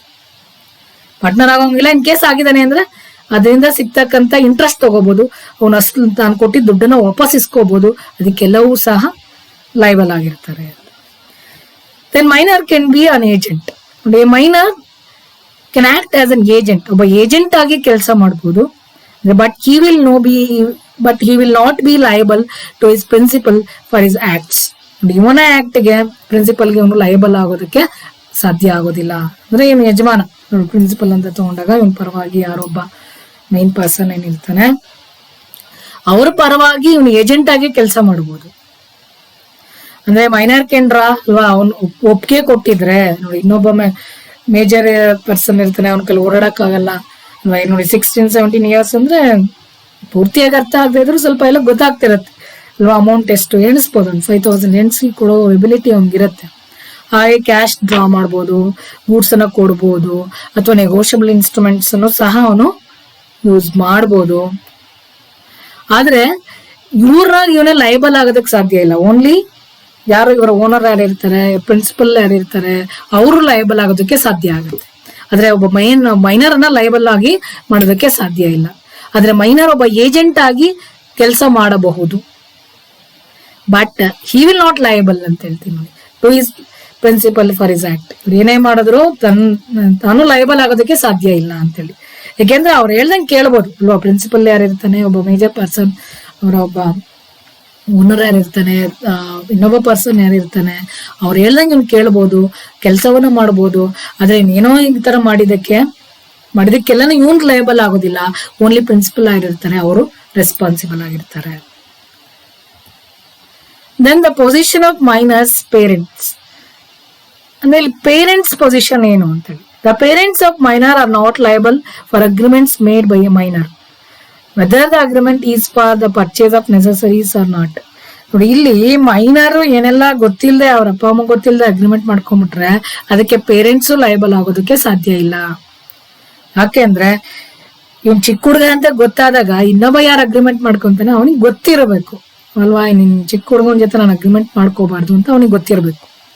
ಹಾಗಂತ ಹೇಳ್ಬಿಟ್ಟು ಅವ್ರ ಪೇರೆಂಟ್ಸ್ ಹೋಗ್ಬಿಟ್ಟು ಲಯಬಲ್ ಮಾಡೋದಕ್ಕೆ ಬರೋದಿಲ್ಲ ಅಲ್ವಾ. ಈಗ ಇವನು ಹೋಗ್ಬಿಟ್ಟು ಒಂದು 50,000 ಸಾಲ ಇಸ್ಕೊಂಬಂದ್ಬಿಟ್ಟಿರ್ತಾನೆ, ಕೊಡಲ್ಲ. ಅವಾಗ ಹೋಗ್ಬಿಟ್ಟು ತಂದೆ ತಾಯಿನ ಕೇಳೋದು, ನೋಡು ನಿಮ್ಮ ಮಗ ಇಸ್ಕೊಂಡು ಹೋಗ್ಬಿಟ್ಟು ಏನೇನು ಖರ್ಚು ಮಾಡ್ಕೊಂಡ್ಬಿಟ್ಟಿದೆ, ನಂಗೆ ಕೊಡಿ ಅಂತಲೂ ಕೇಳಕ್ ಬರೋದಿಲ್ಲ. ಯಾಕೆ ಅಂದ್ರೆ ಮೈನರ್ಗೆ ಯಾಕೆ ಕೊಟ್ರಿ? ನೋಡಿ, ಪೇರೆಂಟ್ಸ್ ಕೇಳದೆ ನೆಕ್ಸ್ಟ್ ಕ್ವಶನ್ ಅದು. ಅವ್ನು ಮೈನರ್ ಅಲ್ವಾ, ಅವ್ನು ಗೊತ್ತಿಲ್ಲ, ಅವ್ನು ಕೇಳಿದ್ರೆ ನೀವ್ ಯಾಕೆ ಕೊಟ್ರಿ? ಅವ್ನು ಕೇಳಿರ್ಬೋದು ಅಮೌಂಟ್, ಅದು ನೀವ್ ಯಾಕೆ ಕೊಟ್ರಿ ಅಂತೇಳಿ ಬರುತ್ತೆ. ಹಾಗಾಗಿ ಮೈನರ್ ಪೇರೆಂಟ್ಸು, ತಂದೆ ತಾಯಿಗಳು ತನ್ನ ಮಗ ಮಾಡಿದಂತ ಯಾವುದೇ ಒಂದು ಇದಕ್ಕೆ ಅವರು ರೆಸ್ಪಾನ್ಸಿಬಲ್ ಆಗೋದಕ್ಕೆ ಸಾಧ್ಯ ಆಗೋದಿಲ್ಲ ಅಂತೇಳಿ. Then joint contract by minor and adult. ಕೆಲವು ಸತಿ ಏನಾಗುತ್ತೆ, ಜಾಯಿಂಟ್ ಕಾಂಟ್ರಾಕ್ಟ್ ಮಾಡ್ಕೊಂಡಾಗ ಮೈನರ್ ಮತ್ತು ಅಡಲ್ಟ್ ಇಬ್ಬರಿದ್ದಾರೆ. ಆ ಕೇಸಲ್ಲಿ the adult will be liable on the contract and not the minor. ನೋಡಿ, ಮೈನರ್ ರೆಸ್ಪಾನ್ಸಿಬಲ್ ಆಗೋದಕ್ಕೆ ಸಾಧ್ಯ ಆಗೋದಿಲ್ಲ, ಅವಾಗ ಅಡಲ್ಟೇ ರೆಸ್ಪಾನ್ಸಿಬಲ್ ಆಗ್ತಾರೆ ಅವಾಗ. ಯಾಕೆಂದ್ರೆ ನೋಡಿ, ಒಬ್ಬ ಮೈನರ್ ಇದಾರೆ, ಇನ್ನೊಬ್ರು ಮೇಜರ್ ಇದಾರೆ ಅಂತಂದಾಗ ಆಗ ರೆಸ್ಪಾನ್ಸಿಬಲ್ ಆಗೋದು ಯಾರಪ್ಪ ಅಂದ್ರೆ ಯಾರು ದೊಡ್ಡವರು ಇರ್ತಾರೆ, ಯಾರು ಅಡಲ್ಟ್ ಆಗಿರ್ತಾರೆ. ಸೊ ಅಡಲ್ಟ್ ರೆಸ್ಪಾನ್ಸಿಬಲ್ ಆಗ್ತಾರೆ ಅಷ್ಟೇ, ಯಾರು ಮೈನರ್ ರೆಸ್ಪಾನ್ಸಿಬಲ್ ಆಗೋದಿಲ್ಲ ಜಾಯಿಂಟ್ ಆಗಿ ಒಪ್ಪಂದವನ್ನ ಮಾಡ್ಕೊಂಡಾಗ. Then surety for a minor. In a contract of guarantee, when an adult stands surety for a minor, then adult is liable to third party or there is direct contract between the surety and the third party. ನೋಡಿ, ಇಲ್ಲಿ surety ಆಗ್ತಾಗ ಅಂದ್ರೆ minor ಪರವಾಗಿ adult surety ಹಾಕಿದ್ದಾರೆ ಅಂದ್ರೆ adult responsible ಅಷ್ಟೇ, minor responsible ಆಗೋದಕ್ಕೆ ಸಾಧ್ಯ ಆಗೋದಿಲ್ಲ. ಯಾಕೆಂದ್ರೆ ಇನ್ ಕೇಸ್ ನೋಡಿ, ಕೆಲವು ಸಿಚುಯೇಷನ್ಸ್ ಅಲ್ಲಿ ಕಾಂಟ್ರಾಕ್ಟ್ ಆಫ್ ಗ್ಯಾರಂಟಿ ಅಂತ ಹೇಳ್ತೀವಲ್ಲ, ನಾವು ಇನ್ನೊಬ್ಬರಿಗೆ ಗ್ಯಾರಂಟಿ ಹಾಕಿರ್ತೀವಿ, ಶ್ಯೂರಿಟಿ ಹಾಕಿರ್ತೀವಿ. ಇವಾಗ ನಾವು ಮೈನರ್ ಒಂದ್ 10,000 ರೂಪಾಯಿ ಬೇರೆಯವ್ರು ತಗೊಂಡಿರ್ತಾರೆ, ಇನ್ನೊಬ್ರ ಹತ್ರ ಸಾಲ ತಗೊಂಡ, ಬಟ್ ಅವ್ನ್ ಮೈನರ್. ಆದ್ರೆ ಒಬ್ಬ ಅಡಲ್ಟ್ ಶ್ಯೂರಿಟಿ ಹಾಕಿರ್ತಾರೆ ಅವನ ಪರವಾಗಿ, ಆಗ ಮೈನರ್ ಅನ್ನ ನೀವು ಕೇಳೋದಕ್ಕೆ ಬರೋದಿಲ್ಲ. ಯಾರು ಶ್ಯೂರಿಟಿ ಹಾಕಿರ್ತಾನೆ, ಶ್ಯೂರಿಟಿ ಹಾಕಿರೋನೇ ರೆಸ್ಪಾನ್ಸಿಬಲ್ ಆಗಿರ್ತಾನೆ. ಯಾಕಂದ್ರೆ ಕೆಲವು ಸತಿ ಈ ಒಂದು ಮೈನರ್ ಆದ್ರೂ ಇರುತ್ತೆ ಅಲ್ವಾ ನೋಡಿ, ತನ್ನ ಪೇರೆಂಟ್ಸ್ಗೂ ಇವ್ರಿಗೂ ಹುಷಾರಿರಲ್ಲ, ಇನ್ನೇನೋ ಸಮಸ್ಯೆ ಆಗಿರುತ್ತೆ, ಅವಾಗ ಅನಿವಾರ್ಯತೆ ಇರುತ್ತೆ, ಹಾಸ್ಪಿಟಲ್ ಖರ್ಚ್ಕೋ ಇನ್ನೇನಕ್ಕೋ ಹೋಗಿ ಸಾಲ ತಗೊಂಡಿರ್ತಾನೆ. ಸಾಲ ತಗೊಳಕ್ ಹೋದಾಗ ನಿಮ್ಗೆ ಶ್ಯೂರಿಟಿ ಏನು, ಗ್ಯಾರಂಟಿ ಏನು ಅಂದಾಗ ಯಾರೋ ಒಬ್ರು ಅಡಲ್ಟ್ಸ್ ನ ಕರ್ಕೊಂಡು ಹೋಗಿರ್ತಾನೆ. ಅಡಲ್ಟ್ಸ್ ನ ಕರ್ಕೊಂಡು ಹೋಗ್ಬಿಟ್ಟು ನನ್ನ ಪರವಾಗಿ ಇವರು ಶ್ಯೂರಿಟಿ ಆಗ್ತಾರೆ ಅಂದಾಗ ಯಾರು ಅಡಲ್ಟ್ ಇರ್ತಾರೆ ಅವರು ರೆಸ್ಪಾನ್ಸಿಬಲ್ ಆಗಿರ್ತಾರೆ ಹೊರತು ಮೈನರು ರೆಸ್ಪಾನ್ಸಿಬಲ್ ಆಗೋದಿಲ್ಲ. Then minor as share holder, minor share holder ಆಗೋಗಿಲ್ಲ ಅಂತ ಹೇಳ್ತೇವೆ. ಯಾಕೆಂದ್ರೆ according to law, minor being incompetent to contract cannot be share holder of the company. In case minor ಅಂತ ಗೊತ್ತಾದ್ರೆ ಕಂಪನಿ ಅವ್ರು ಏನ್ ಮಾಡ್ಬೇಕು, ಅದನ್ನ ಇಮಿಡಿಯೇಟ್ ಆ ಕಾಂಟ್ರಾಕ್ಟ್ ನ ಎಂಡ್ ಮಾಡ್ಕೋಬೇಕು. If by mistake he becomes a member, the company can rescind the transaction and remove his name from register. ತಮ್ಮ ಒಂದು ಅಂದ್ರೆ ಶೇರ್ ಏನಾದ್ರು ಮಿಸ್ ಆಗಿ ಅಲೆಕ್ಟ್ ಮಾಡ್ಬಿಟ್ಟಿರ್ತೀರಾ ಮೈನರ್ಗೆ, ಸೊ ಅವನ್ನ ನೇಮ್ ಅನ್ನ ರಿಜಿಸ್ಟರ್ ಇಂದ ತೆಗೆದಾಕ್ಬೇಕು, ಒಂದು ಕಾಂಟ್ರಾಕ್ಟ್ ಅನ್ನ ವಾಪಸ್ ತಗೊಂಡ್ಬಿಡ್ಬೇಕು. ಯಾಕೆಂದ್ರೆ ಕೆಲಸತಿ ನಿಮ್ಗೆ ಆಲ್ರೆಡಿ ಹೇಳಿದೆ ನೋಡಿ, ಅವ್ನು ಸುಳ್ಳು ಹೇಳ್ಬಿಡ್ತಾನೆ, ಹೋಗ್ಬಿಟ್ಟು ಸುಳ್ಳು ಹೇಳ್ಬಿಟ್ಟು ಶೇರ್ಸ್ ತಗೊಂಡ್ಬಿಡ್ತಾನೆ. ಗೊತ್ತಾಯ್ತು ಅಂದ್ರೆ ಕಂಪನಿಗೆ ಇಮಿಡಿಯೇಟ್ ವಾಪಸ್ ಕೊಟ್ಬಿಡ್ಬೇಕು ಅದನ್ನ. ಇಮಿಡಿಯೇಟ್ ನಾವೊಂದು ಶೇರ್ಸ್ ಅನ್ನ ವಾಪಸ್ ಇಸ್ಕೊಂಡ್ಬಿಡ್ಬೇಕು. ಒಬ್ಬ ಮೈನರ್ ಇರ್ತಾನೆ, ವಾಪಸ್ ಇಸ್ಕೊಂಡು ಆ ಒಂದು ಏನೋ ಅಗ್ರಿಮೆಂಟ್ ಇರುತ್ತಲ್ಲ ಅಥವಾ ರಿಜಿಸ್ಟ್ರೇಷನ್ ಮಾಡಿಸಿರ್ತಾರೆ ಕ್ಯಾನ್ಸಲ್ ಮಾಡಿಡ್ಬೇಕು ಅದು. ಇನ್ ಕೇಸ್ ಮಾಡಿದ್ರೆ ನೋಡಿ, ಬಟ್ ಈ minor May act through his lawful guardian become a shareholder by transfer or transmission of fully paid shares to him. Transfer ಮಾಡಿದಾಗ ಏನಾಗುತ್ತೆ ಅಂದ್ರೆ on behalf of the guardian ಅಲ್ವಾ, ಇನ್ನೊಬ್ರು ಇರ್ತಾರೆ, ಗಾರ್ಡಿಯನ್ ಇರ್ತಾರೆ, ಅಥವಾ ತಂದೆ ತನ್ನ ಮಗನ ಹೆಸರಲ್ಲಿ ತಗೊಂಡಿರ್ತಾರೆ. ಅಂದ್ರೆ ಇಲ್ಲಿ ಮಧ್ಯದಲ್ಲಿ ಒಬ್ಬ ಮೇಜರ್ ಇನ್ವಾಲ್ವ್ ಆಗಿರ್ತಾರೆ ಅಲ್ವಾ, ಮೇಜರ್ ಇನ್ವಾಲ್ವ್ ಆಗಿದ್ದಾರೆ. ಮೇಜರ್ ಇವ್ರು ಬಂದ್ಬಿಟ್ಟು ಹೇಳ್ತಾರೆ ಹೆಸರು ತಗೋಬೇಕಾದ್ರೆ ನನ್ನ ಮಗನ ಹೆಸರಲ್ಲಿ ತಗೊಂಡಿರ್ತಾರೆ. ಅವಾಗ ಆ ರೀತಿಯಾಗಿ ಬಂದಂತ ಇನ್ ಕೇಸ್ ಏಜ್ ಮೆನ್ಷನ್ ಆಗಿರುತ್ತೆ ನೋಡಿ, ಏಜ್ ಮೆನ್ಷನ್ ಆದಂತ ಸಂದರ್ಭದಲ್ಲಿ ಗಾರ್ಡಿಯನ್ ನೇಮ್ ಇರುತ್ತೆ ಅವಾಗ, ಹಾಗಾಗಿ ಆಗ ತಗೋಬಹುದು. ಆದ್ರೆ ಡೈರೆಕ್ಟ್ ಆಗಿ ಇವರೇ ತಗೊಳಕ್ ಬರೋದಿಲ್ಲ. Then another important rules regarding minor is liability for necessaries ಅಂತ ಹೇಳ್ತೀವಿ. The claim for necessaries supplied to a minor is enforceable by law. ಲಾ ಪ್ರಕಾರ ಎನ್ಫೋರ್ಸಬಿಲಿಟಿ ಇದೆ ಯಾವುದಕ್ಕೆ, ನೆಸಸರೀಸ್ಗೆ. ಅಂದ್ರೆ ಇಲ್ಲಿ ಮೈನರ್ ಇದಾನೆ, ಮೈನರ್ ಪರವಾಗಿ ಇನ್ನೊಬ್ಬ ಮೇಜರ್ ಅವನಿಗೆ ಬೇಕಾದ ನೆಸಸರೀಸ್ ಅನ್ನ ಸಪ್ಲೈ ಮಾಡಿದ್ದಾರೆ, ಆಗ ಅವನು ಮೇಜರ್ ಆದ ಸಂದರ್ಭದಲ್ಲಿ ಅವನ ಒಂದು ಪ್ರಾಪರ್ಟಿಯಿಂದ ನಾನು ಇಷ್ಟೆಲ್ಲ ಏನು ನೆಸಸರೀಸ್ ಅನ್ನ ನಾನು ಸಪ್ಲೈ ಮಾಡಿದ್ದೆ ಅಲ್ವಾ. ಏಕೆಂದ್ರೆ ಮೈನರ್ ಅವ್ನು ಊಟ ತಿಂಡಿ ಮಾಡ್ಕೊಳಕ್ಕೂ ಬರೋದಿಲ್ಲ, ಗೊತ್ತಾಗೋದಿಲ್ಲ ಏನು, ಹಾಗಾಗಿ ಏನು ನೆಸಸರಿ ಏನಿದೆ ಊಟ ತಿಂಡಿ ಎಲ್ಲ ಸಪ್ಲೈ ಮಾಡಿರ್ತಾನೆ. ಅವನ್ನೆಲ್ಲ ಮೇ ಬಿ ಒಂದು 2 ವೀಲರ್ ವೆಹಿಕಲ್ ಕೊಟ್ಟಿರ್ಬೋದು, ಓಡಾಡಕ್ಕೆ ಅವ್ನಿಗೆ ವೆಹಿಕಲ್ ಕೊಟ್ಟಿರ್ಬೋದು, ಅದೆಲ್ಲವನ್ನು ಕ್ಲೈಮ್ ಮಾಡ್ಕೋಬಹುದು. ಯಾರು ಮೇಜರ್ ಇರ್ತಾರೆ ಅಥವಾ ಯಾರು ಇವರ ಗಾರ್ಡಿಯನ್ ಇರ್ತಾರೆ ಅವರು ಅದನ್ನೆಲ್ಲ ಕ್ಲೈಮ್ ಮಾಡ್ಕೋಬಹುದು. ಅದನ್ನ ನೋಡಿ, ಕ್ಲೈಮ್ ಫಾರ್ ನೆಸಸರೀಸ್ ಅಂತ ಹೇಳ್ತೀವಿ. Supplied to minors enforceable by law. Law ಪ್ರಕಾರ ಎನ್ಫೋರ್ಸಬಿಲಿಟಿ ಇದೆ. ಯಾಕೆ ಅಂದ್ರೆ ಮೈನರೇ ಆಗ್ಲಿ ಒಂದಿನ ಊಟ ಕೊಡ್ಬೋದು, ಪ್ರತಿದಿನ ಇದ್ ಮಾಡಕ್ ಆಗೋದಿಲ್ಲ. ಒಬ್ಬ ಮೈನರ್ ಆದಂತ ಸಂದರ್ಭದಲ್ಲಿ ಅವರ ಒಂದು ಬೇಡಿಕೆಗಳನ್ನೆಲ್ಲ ನಾವು ಈಡೇರಿಸಿದೀವಿ ಅಂದ್ರೆ, ಅವ್ರಿಗೇನೆಲ್ಲ ಸಪ್ಲೈ ನೆಸಸರೀಸ್ ಮಾತ್ರ ಸಪ್ಲೈ ಮಾಡಿದೀವಿ ಅಂದ್ರೆ ಅದಕ್ಕೆ ನಾವು ಅವನ ಪ್ರಾಪರ್ಟಿಯಿಂದ ಲಾ ಪ್ರಕಾರ ಕ್ಲೈಮ್ ಮಾಡ್ಕೋಬಹುದು. But a minor is not liable for any price that he may promise and never for more than the value of the necessaries. Necessaries ಗಿನ ಹೆಚ್ಚಿಗೆ ಕ್ಲೈಮ್ ಮಾಡ್ಕೊಳಕ್ ಬರೋದಿಲ್ಲ ಅಲ್ವಾ. ಇನ್ ಕೇಸು ಅವನಿಗೆ ನೆಸಸರೀಸ್ ಏನೋ ಊಟ ತಿಂಡಿ ಒಂದು ಮನೆ ಕೊಟ್ಟಿದ್ದೀನಿ ಅದಕ್ಕೆಲ್ಲ ನಾವು ಕ್ಲೈಮ್ ಮಾಡ್ಕೋಬಹುದು. ಅದ್ ಬಿಟ್ಬಿಟ್ಟು ಸುಮ್ನೆ ಏನೇನಕ್ಕೋ ಮೋರ್ ದ್ಯಾನ್ ದಟ್ ಸಿಕ್ಕಾಪಟ್ಟೆ ದುಂದು ವೆಚ್ಚ ಮಾಡಿದಕ್ಕೆಲ್ಲಾನು ಕ್ಲೈಮ್ ಮಾಡ್ಕೊಳ್ಳೋದಕ್ಕೆ ಬರೋದಿಲ್ಲ. There is no personal liability of the minor, but only his property is liable. Their property liable ಆಗತ್ತೆ, again personal liability liable ಆಗೋದಿಲ್ಲ. These are the rules regarding minor agreement. The total 14 rules ಇದೆ regarding minor agreements. Dear students, I hope that all of you understood about this explanation. If any doubts, if you ask through commenting in YouTube, I will try to solve your doubts. Okay, dear students, ನಿಮ್ಗೆ ನಿಮ್ಗೆ ಅರ್ಥ ಆಗಿದೆ ಅಂತ ಭಾವಿಸಿದೀನಿ. ಯಾವ್ದಾದ್ರು doubts ಇದ್ರೆ ನೀವು YouTube ಅಲ್ಲಿ comment ಮಾಡಿ ಕೇಳಿ. Thank you.